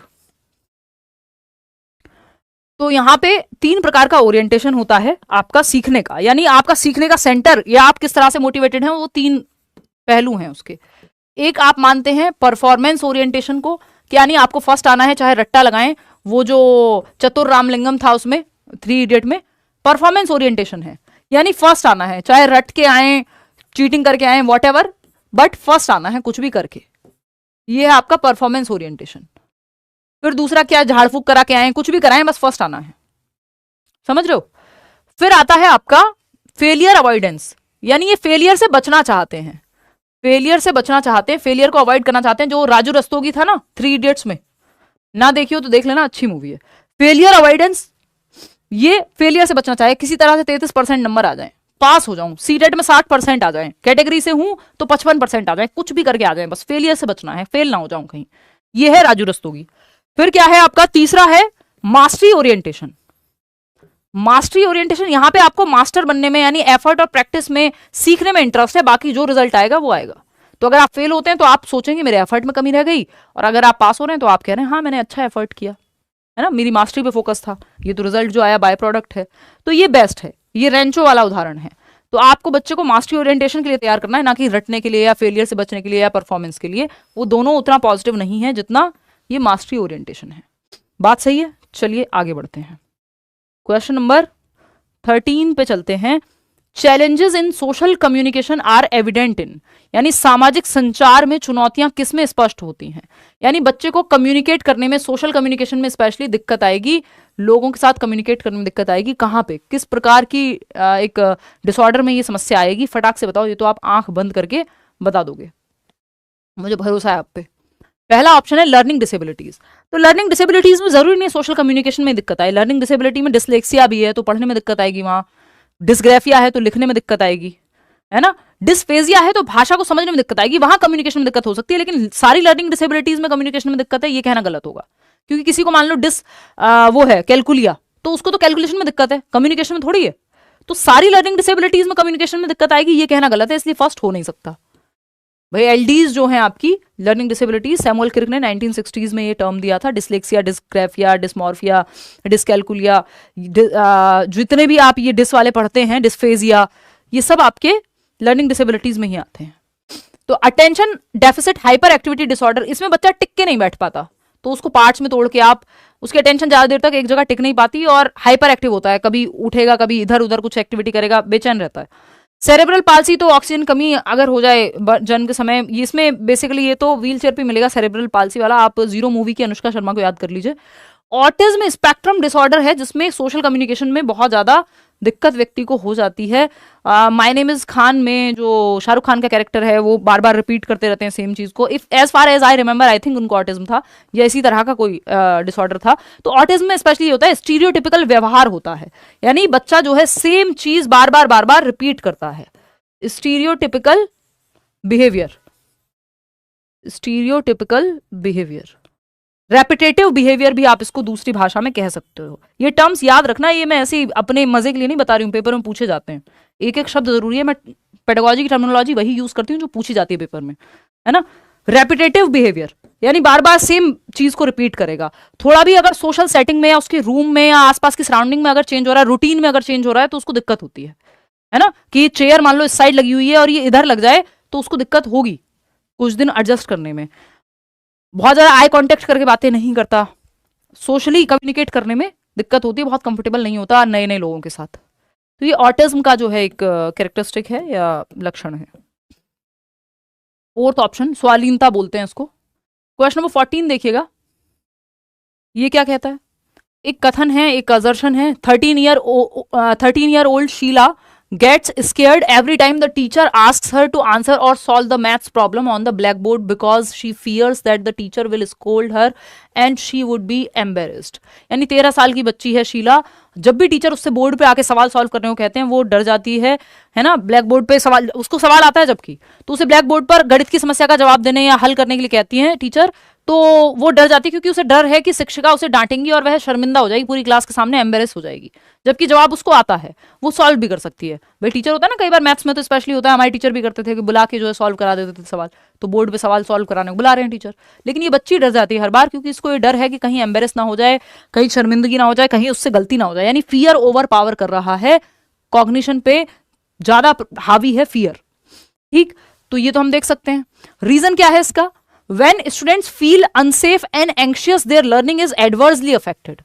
यानी ये कारण बताया जा रहा है कि यदि जब बच्चा असुरक्षित और चिंतित महसूस करेगा तो उसकी शिक्षा पर या उसकी लर्निंग पर प्रतिकूल प्रभाव पड़ता है, अनुकूल प्रभाव नहीं पड़ता, उल्टा प्रभाव पड़ता है। अगर वो इस तरह से महसूस कर रही है, इतनी एंशियस हो रही है, इमोशंस इतने हावी हैं वो भी नेगेटिव, तो वो अच्छा परफॉर्म नहीं कर पाएगी। ये बात एकदम सही है। तो दोनों बातें सही हैं और इसी के बारे में इसका रीजन ही एक्सप्लेन किया है कि ऐसा क्यों है।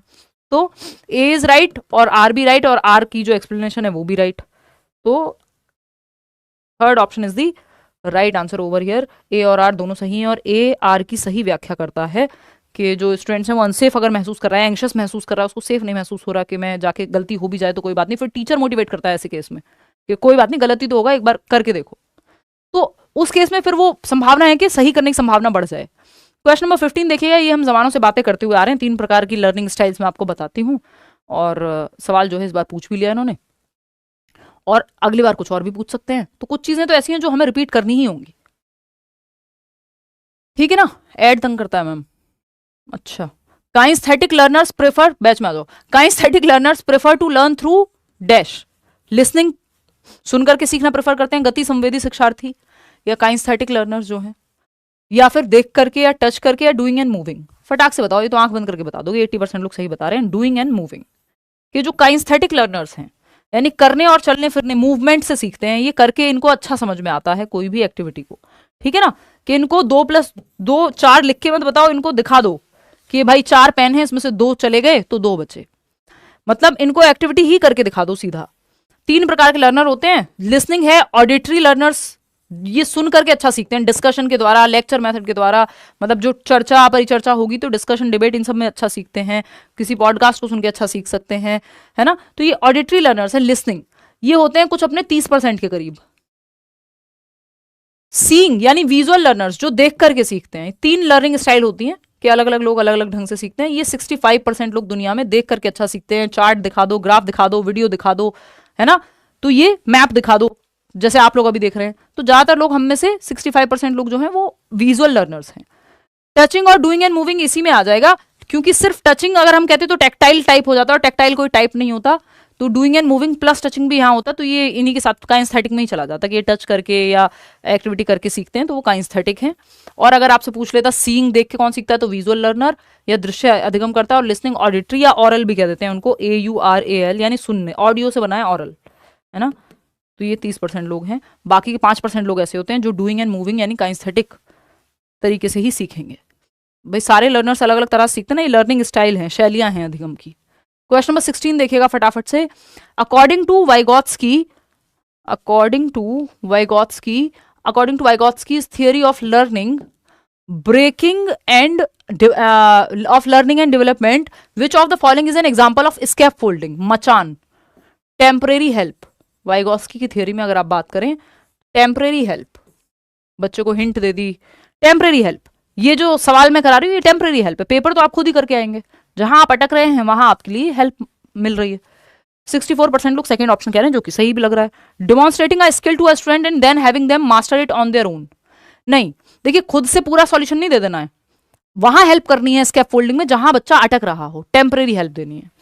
Breaking a task down into smaller steps and providing support as needed. आपने एक बड़े से टास्क को छोटे टुकड़ों में तोड़ दिया और जहां बच्चे को जरूरत है गाइडेंस की वहां उसको हेल्प कर रहे हैं, किसी स्टेप पे कहीं हिंट देना है, कोई हाफ सॉल्व प्रॉब्लम है, कोई एग्जाम्पल देना है कहीं हेल्प के लिए, वहां आप हेल्प कर रहे हैं, ना कि पूरा खुद से सॉल्व करके दे रहे हैं।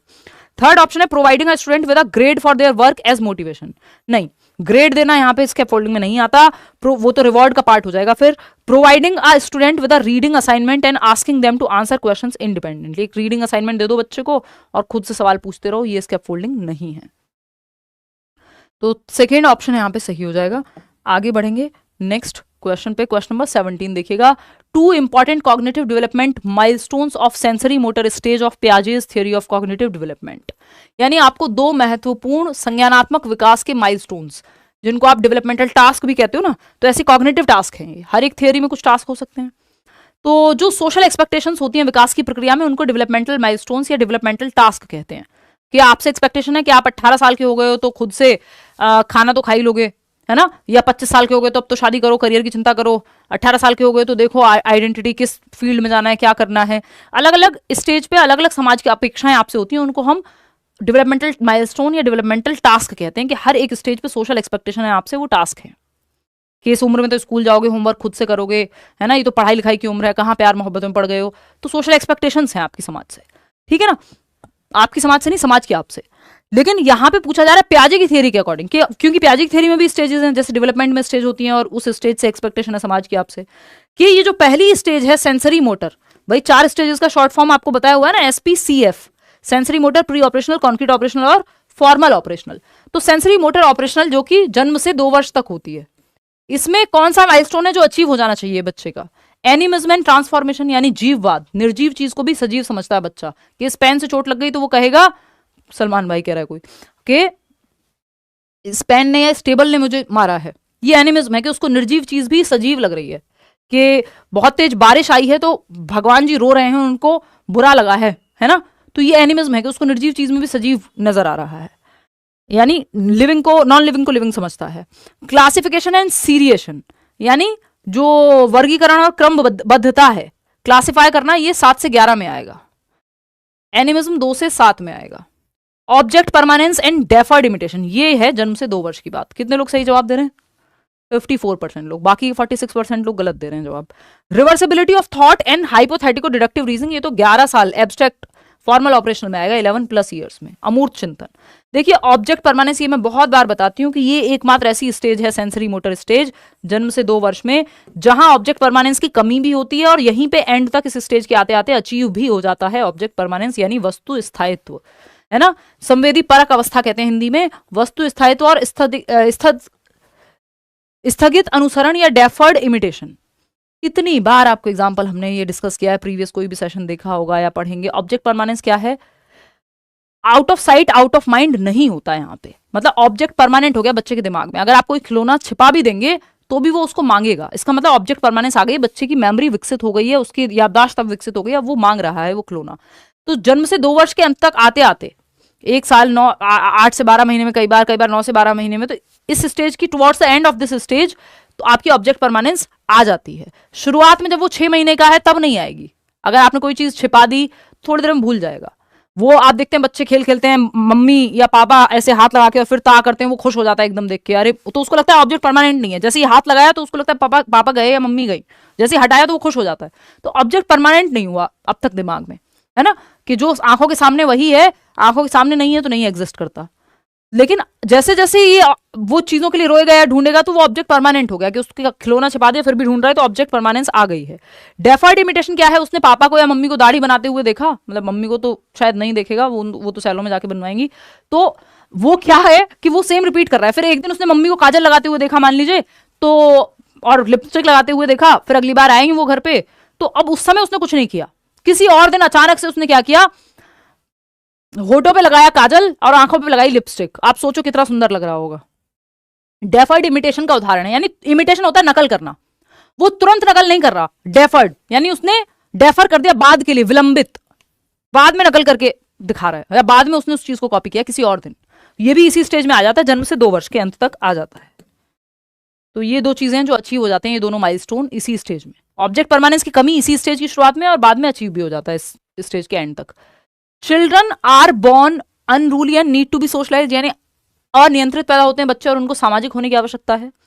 सेकंड ऑप्शन है come into this world with genetic codes that determine their destiny. ये डेस्टिनी वेस्टिनी वाले जो ऑप्शन है इन्हें पहले ही हटा दिया करो।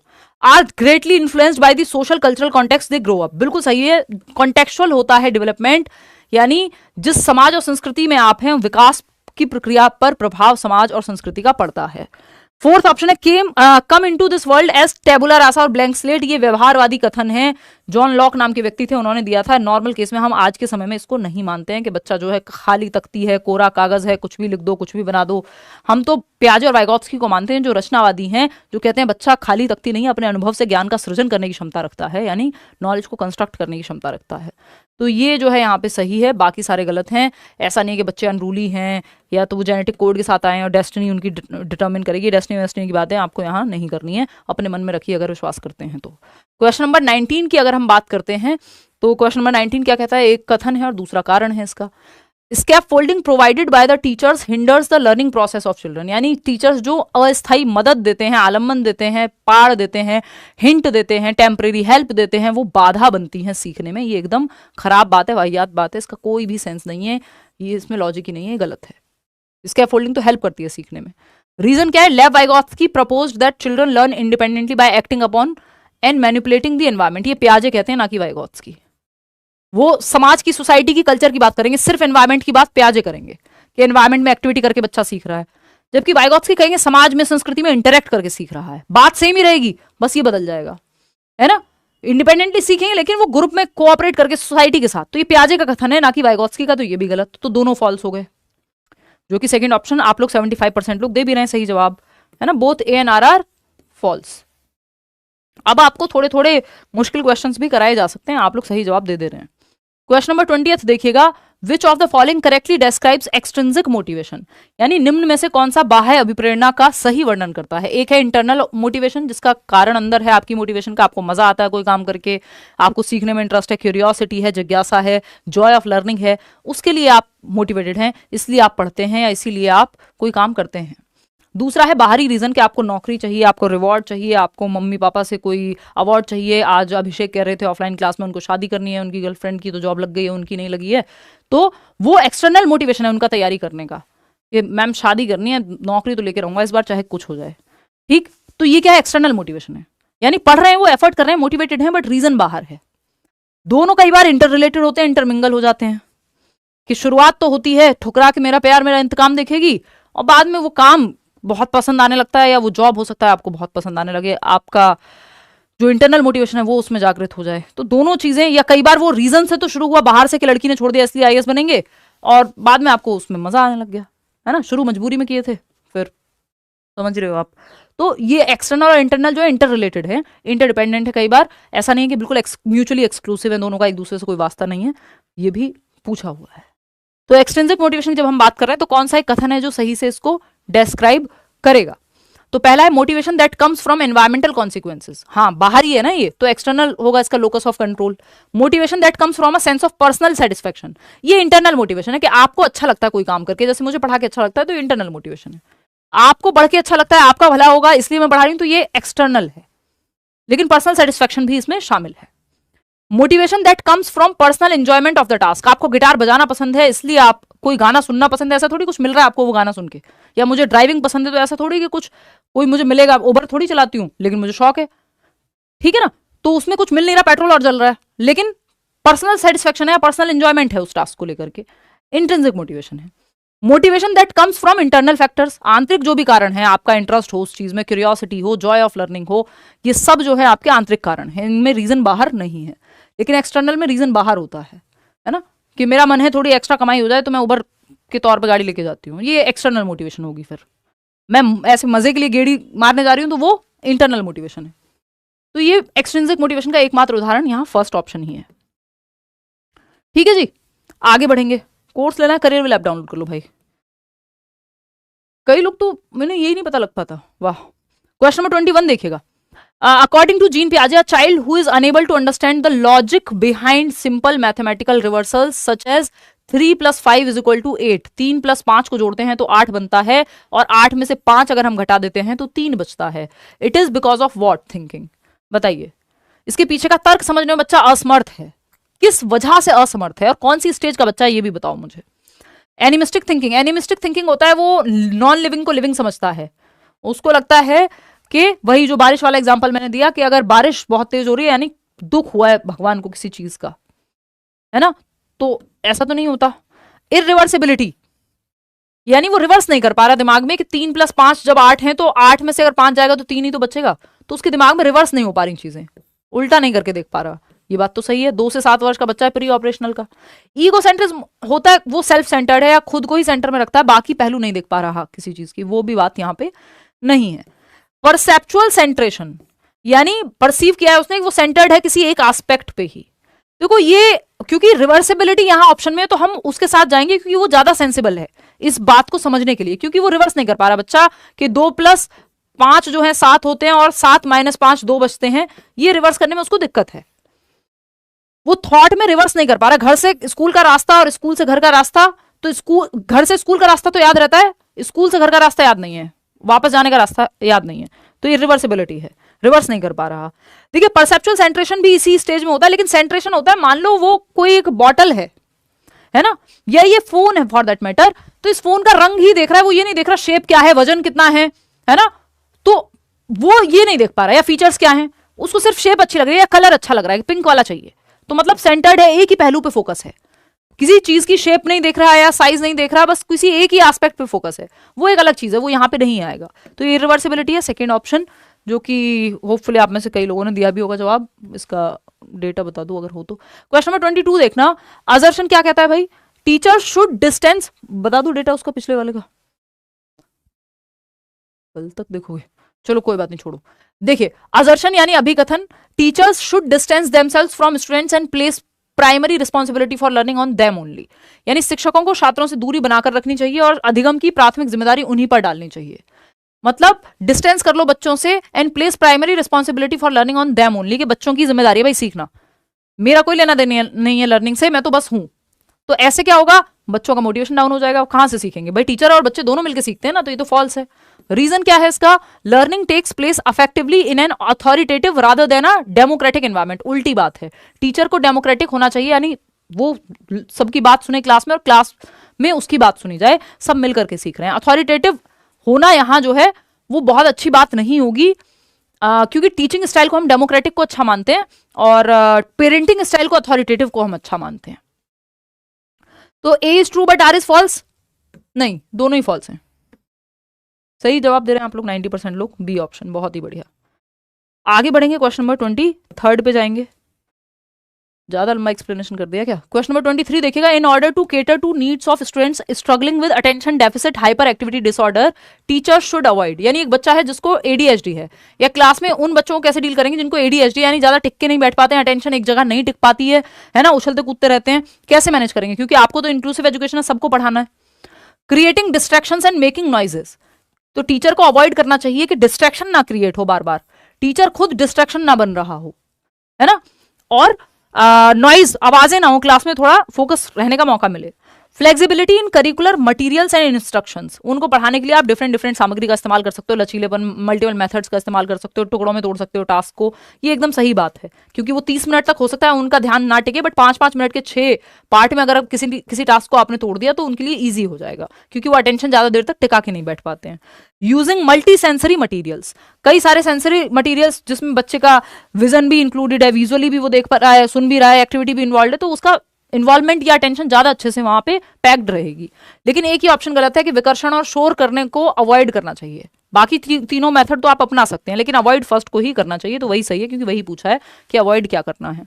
क्वेश्चन नंबर 24, आप देख रहे होंगे पेपर लेंदी हुआ है विद टाइम, पूछने का तरीका जो है वो लेंदी हुआ है, टॉपिक वही है, सिलेबस वही है, पढ़ोगे अच्छे से, लेकिन अगर आपने प्रैक्टिस इनफ नहीं की तो आप पेपर सॉल्व करते ही रह जाओगे, टाइम ही कम पड़ जाएगा, तो इसलिए आपको पढ़ने की आदत बहुत होना जरूरी है। क्वेश्चन को, during play time at school Rishabh a 7-year-old boy picked a doll to play with, 7 साल का बच्चा है, स्कूल टाइम में खेलने के लिए उसने एक डॉल उठा ली, ऋषभ नाम का एक बच्चा है, स्पेशली बॉय है, देखो यहाँ पे बताया हुआ है क्योंकि जेंडर का क्वेश्चन है। Some of his peers made fun of him for his choice of toy, क्योंकि वो डॉल से खेल रहा है तो उसके दोस्तों ने उसका मजाक उड़ाया कि यार तुम तो लड़के हो, तुम क्यों खेल रहे हो डॉल से। As a teacher who wants his students to grow up with gender role flexibility which of the following would be the best response to the situation by the teacher. यानी एक टीचर के रूप में who wants his students to grow up with gender role flexibility, यानी gender role flexible हो सकते हैं, लचीलापन हो सकता है किसी लड़के को डॉल से खेलना पसंद हो और किसी लड़की को गाड़ी चलाना पसंद हो, फ्लेक्सिबिलिटी हो सकती है। जेंडर रोल कहाँ है? समाज ने बनाया ना, कोई ऐसा तो है नहीं कहीं से आपका नेचर ने बना दिया है, भगवान ने आकाशवाणी की थी, है ना। तो लैंगिक भूमिका के संदर्भ में लचीलापन होना चाहिए। तो टीचर इस बात को कैसे समझाए बाकी बच्चों को जो ये कह रहे हैं कि पिंक कलर चूज करते हो तुम तो लड़की हो, है ना, इस बात को कैसे समझाओगे? Talk to Rishabh that dolls are suitable for girls and boys should not play with dolls. तो आप तो और खराब स्थिति पैदा कर देंगे यदि आप कहेंगे कि बेटा तुम लड़के हो और तुम तो डॉल से मत ही खेलो, तुम तो जो है उससे खेलो, क्या कहते हैं, बंदूक से खेलो, या तुम तो गाड़ी से खेलो। तो वो जेंडर स्टीरियोटाइप हो जाएगा कि आपने किसी काम को, किसी खेल को जेंडर से जोड़ दिया। Tell Rishabh that he should play with something else because his friends won't approve of him playing with doll. अब फ्रेंड्स अप्रूव नहीं करेंगे तो ऋषभ जो उसको नेचुरली पसंद है वो करना छोड़ दे, ये गलत हो जाएगा। फिर है let Rishabh play with doll and tell other children that they can also choose any toy of their choice. कि भाई आप ऋषभ को खेलने देंगे डॉल से जो उसने उठाई है या पसंद की है खेलने के लिए, और बाकी बच्चों को कहेंगे तुम्हारा जो मन करे वो टॉय उठा लो, सारे टॉयज हैं, कोई भी किसी भी टॉय से खेल सकता है, टॉय पे थोड़ी लिखा है कि ये पर्टिकुलर जेंडर के लिए है, ठीक है ना। Quietly take away the doll and give a car to, ऐसे भी महान लोग हैं ये जवाब भी दे देंगे और दे रखा होगा कुछ लोगों ने, तो है ना। 88% ने थर्ड ऑप्शन दिया, बाकी के जो महान अनुभव हैं 12% वो तो जवाब दे ही रहे हैं ना बाकी, तो वो कैसे आपको ठीक लग रहे हैं? कमाल करते हो। किसी भी टॉय को, किसी भी काम को, किसी भी कपड़े को अगर किसी जेंडर से जोड़ रहे हैं तो हम स्टीरियोटाइप कर रहे हैं। फिर क्वेश्चन नंबर 25 देखिएगा, पियाजे described cognitive development as occurring in. पियाजे ने कैसे, किस प्रकार वर्णन किया है संज्ञानात्मक विकास का या मेंटल डेवलपमेंट का? एक कॉन्टिन्यूअस कॉन्टिन्यूअम है? नहीं भाई, डिसकॉन्टिन्यूअस है, क्योंकि स्टेजेस में तोड़ा है, 4 स्टेजेस दी हैं उन्होंने, तो डिसकॉन्टिन्यूअस है उनके अकॉर्डिंग, ना कि कॉन्टिन्यूअस, तो ये भी क्रॉस हो गया। फिर है 4 overlapping culture specific stages. Culture specific दिए क्या स्टेजेस, क्या लगता है आपको? कल्चर स्पेसिफिक है, इंडिया के लिए अलग स्टेजेस हैं पियाजे की, अमेरिका के लिए अलग है, यूरोप के लिए अलग हैं, भाई दुनिया के लिए सेम है। स्विट्जरलैंड से थे वो, सारी दुनिया में पियाजे की 4 ही स्टेजेस होंगी, चाहे अमेरिका में जाके पढ़ो, चाहे यूरोप में पढ़ो, चाहे कहीं पढ़ो। उन्होंने ऐसा नहीं कहा इन बच्चों के लिए अलग होगा। कोई भी स्टेज देता है तो वो जनरली स्टेज वाला कल्चर के लिए नहीं देगा अलग अलग, नहीं तो फिर तो 4 स्टेज क्यों पढ़ोगे आप? तो 14 तरह की स्टेज पढ़ोगे, यूरोप वाली ये है, अमेरिका की ये है, एशिया की ये है, तो ऐसा तो नहीं किया उन्होंने। 4 क्वालिटेटिवली डिफरेंट स्टेजेस, ये हमें सही लग रहा है। 3 प्रोग्रेसिव लेवल्स नहीं, 4 क्वालिटेटिव डिफरेंट स्टेजेस, क्वालिटी में डिफरेंस है। और पियाजे कहते भी हैं कि कॉग्निटिव डेवलपमेंट जो है या बच्चों की जो थिंकिंग है वो क्वालिटी में अलग होती है, ना कि क्वांटिटी में, यानी अमाउंट में नहीं, काइंड में अलग होती है, प्रकार अलग है। बच्चा भी उतना ही सोचता है जितना आप सोच रहे हैं, बस उसका सोचने की जो गुणवत्ता है, क्वालिटी है, वो डिफरेंट है। अलग अलग स्टेज में क्वालिटी अलग होती है सोचने की, किसी में लॉजिक आ रहा है, किसी में एब्स्ट्रैक्ट थिंकिंग आ रही है। तो 4 क्वालिटेटिव स्टेजेस दी हैं, SPCF, sensory motor, pre operational, concrete operational और फॉर्मल ऑपरेशनल, ये 4 स्टेजेस हैं। और एक स्टेज से दूसरी स्टेज में सोचने की क्वालिटी डिफरेंट होगी। Children often come up with their own explanations of events around them on being probed as to why does it rain. Sia says God was tired of carrying the buckets of water on his shoulders. Such explanations, इसी की हम बात कर रहे थे अभी कि बच्चे अक्सर अपने आसपास की घटनाओं की व्याख्या अपनी भाषा में या अपनी व्याख्या लेके आते हैं, उनकी अपनी एक्सप्लेनेशन होती है। बारिश क्यों होती है यह पूछे जाने पर सिया कहती है कि भगवान अपने कंधों पर पानी की बाल्टियां ढो ढो कर थक गए होंगे, इसलिए उन्होंने सोचा फेंक दो इनको, और बारिश हो गई नीचे, ऊपर से भगवान ने फेंक दी। क्या है ये? कोई साइंटिफिक एक्सप्लेनेशन है? नहीं, बच्चे ने अपने अनुभव के आधार पर कहा है, उसकी अपनी एक्सप्लेनेशन, उसकी अपनी क्रिएटिविटी है, लॉजिकल नहीं है बेशक। Depict that children have an egocentric view and can not consider others view point. भाई अदर्स व्यू पॉइंट ही तो कंसिडर किया है, भगवान के व्यू पॉइंट तक चला गया बच्चा, आपको अभी भी ईगोसेंट्रिक दिख रहा है। Illustrate that children are not capable of any reasoning. ये रीजनिंग तो है लेकिन ये लॉजिकल रीजनिंग नहीं है, बच्चे ने तर्क तो दिया है।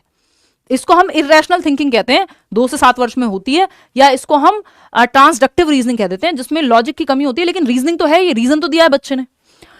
थर्ड है prove that children's thinking is much lesser than adults quantitatively. Quantitatively यानी साबित करती है कि बच्चों की सोच जो है वयस्कों की तुलना में मात्रात्मक रूप से बहुत अलग है। मात्रात्मक नहीं, क्वालिटी में डिफरेंस है, क्वांटिटी में नहीं। बच्चा भी तो सोच ही रहा है, आप भी सोच ही रहे हैं, आपका दिल टूटा है, उसका पेन टूटा है, सोच तो दोनों रहे हैं, क्वालिटी में अंतर है, समझ रहे हो।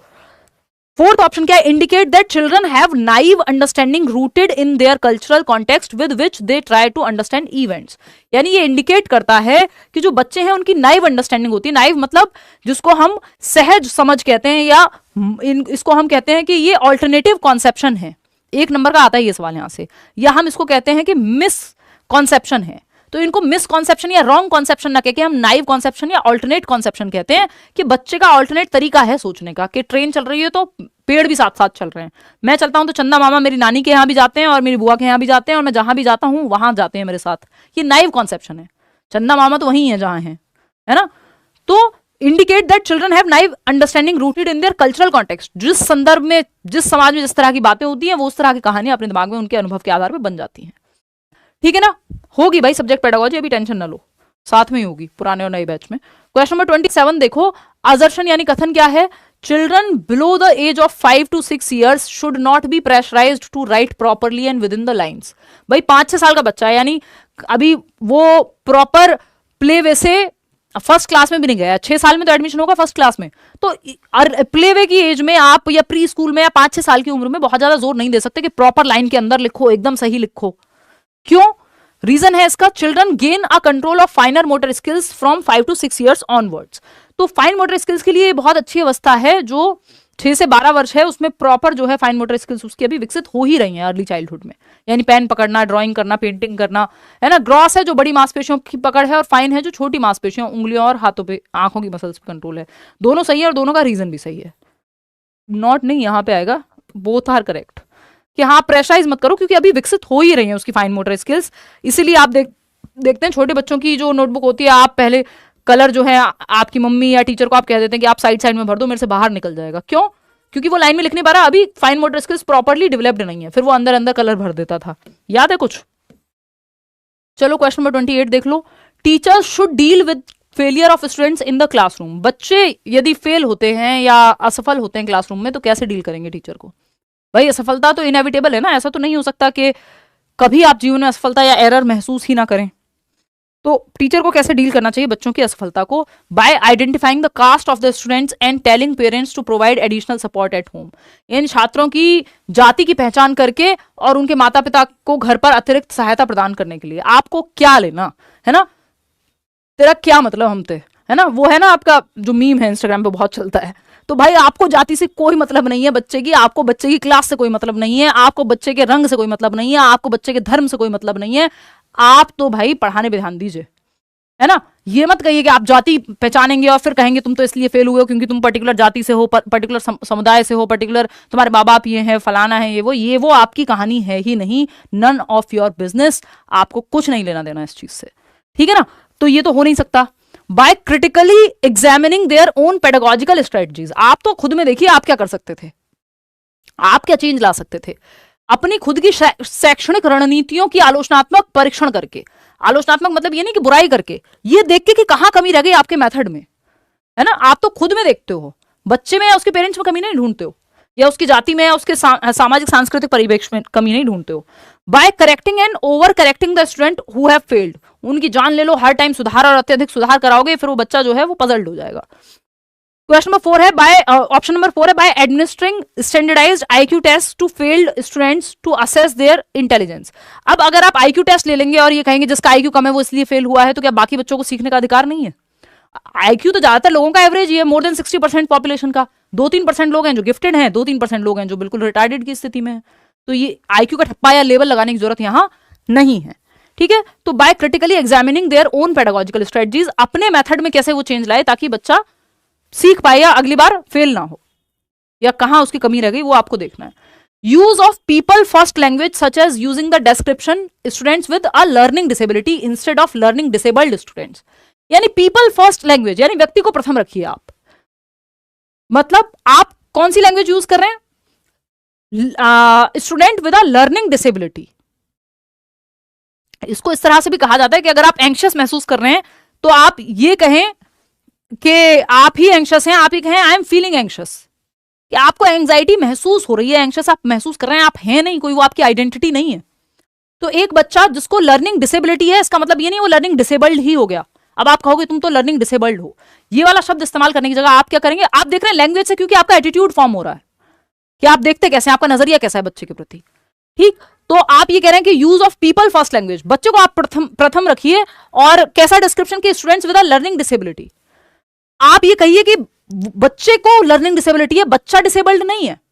लर्निंग डिसेबल्ड की जगह आप स्टूडेंट विद लर्निंग डिसेबिलिटी कहिए। किसी को डिसलेक्सिया है तो ऐसा नहीं कि वो बच्चा जो है वो उसकी आइडेंटिटी डिसलेक्सिया बन गई है, ठीक है।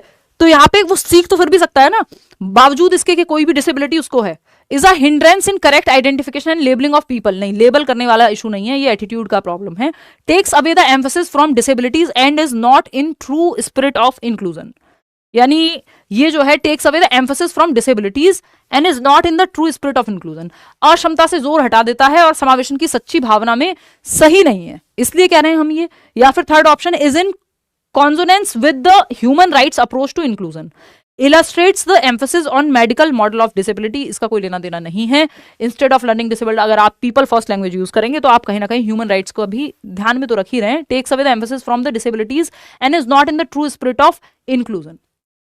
Use of people first language, such as using the description students with a learning disability instead of learning disabled students, takes away the emphasis from the disabilities and is not in the true spirit of inclusion। यार second हो सकता है, ये थोड़ा सा language का इसमें जो है फंस रहा है पेज, कि अक्षमता से जोर हटा देता है और समावेशन की सच्ची भावना में सही नहीं है।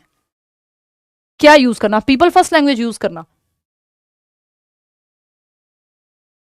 Is in consonance with the human rights approach to inclusion, ये तो है ही, इसमें कोई दो राय नहीं है। बट एक पहलू से अगर मैं इसको बढ़ के देख रही हूं तो ये थोड़ा सा कंफ्यूजन यहाँ क्रिएट हो रही है।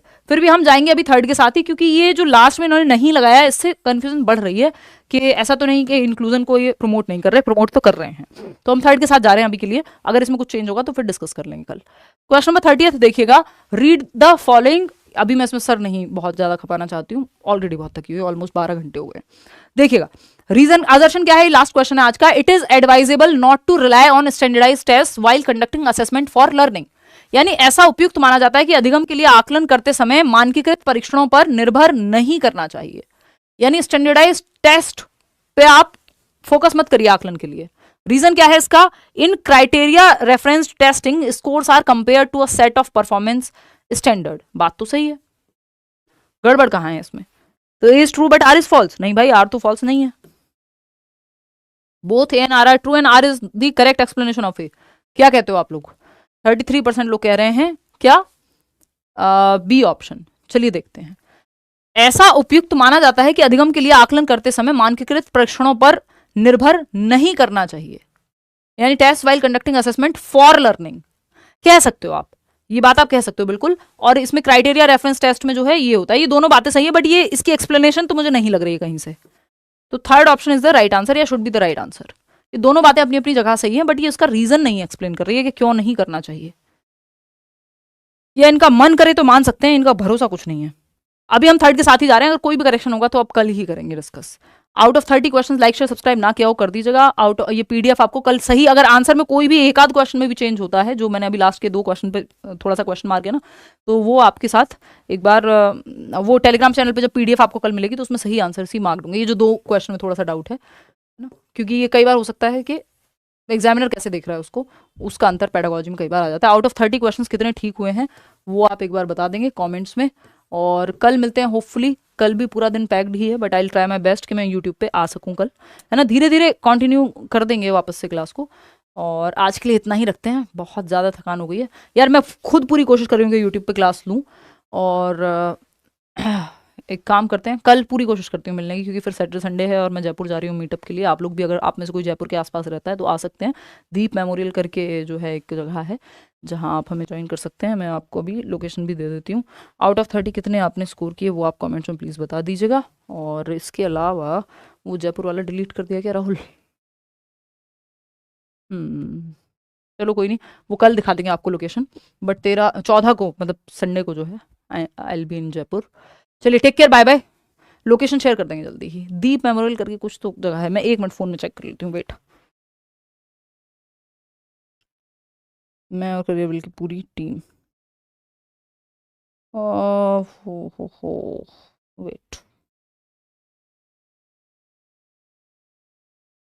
दीप स्मृति ऑडिटोरियम, मेमोरियल याद था मुझे, दीप स्मृति ऑडिटोरियम है टैगोर इंटरनेशनल स्कूल कैंपस के अंदर, मानसरोवर जयपुर। ठीक है, 14 तारीख को सुबह 10 बजे, दीप स्मृति ऑडिटोरियम। ये मीटअप है आपका, फ्री एंट्री ऑफ कोर्स। अब तो लिखने की भी हिम्मत खत्म हो चुकी है दोस्तों। गुड नाइट, बाय, कल मिलते हैं। ठीक है जी, थैंक यू सो मच। कैसी लगी आपको क्लास, आप कमेंट्स में बता दीजिएगा। टड़ा, बाय बाय, टेक केयर। कल मिलते हैं, कल 9 बजे।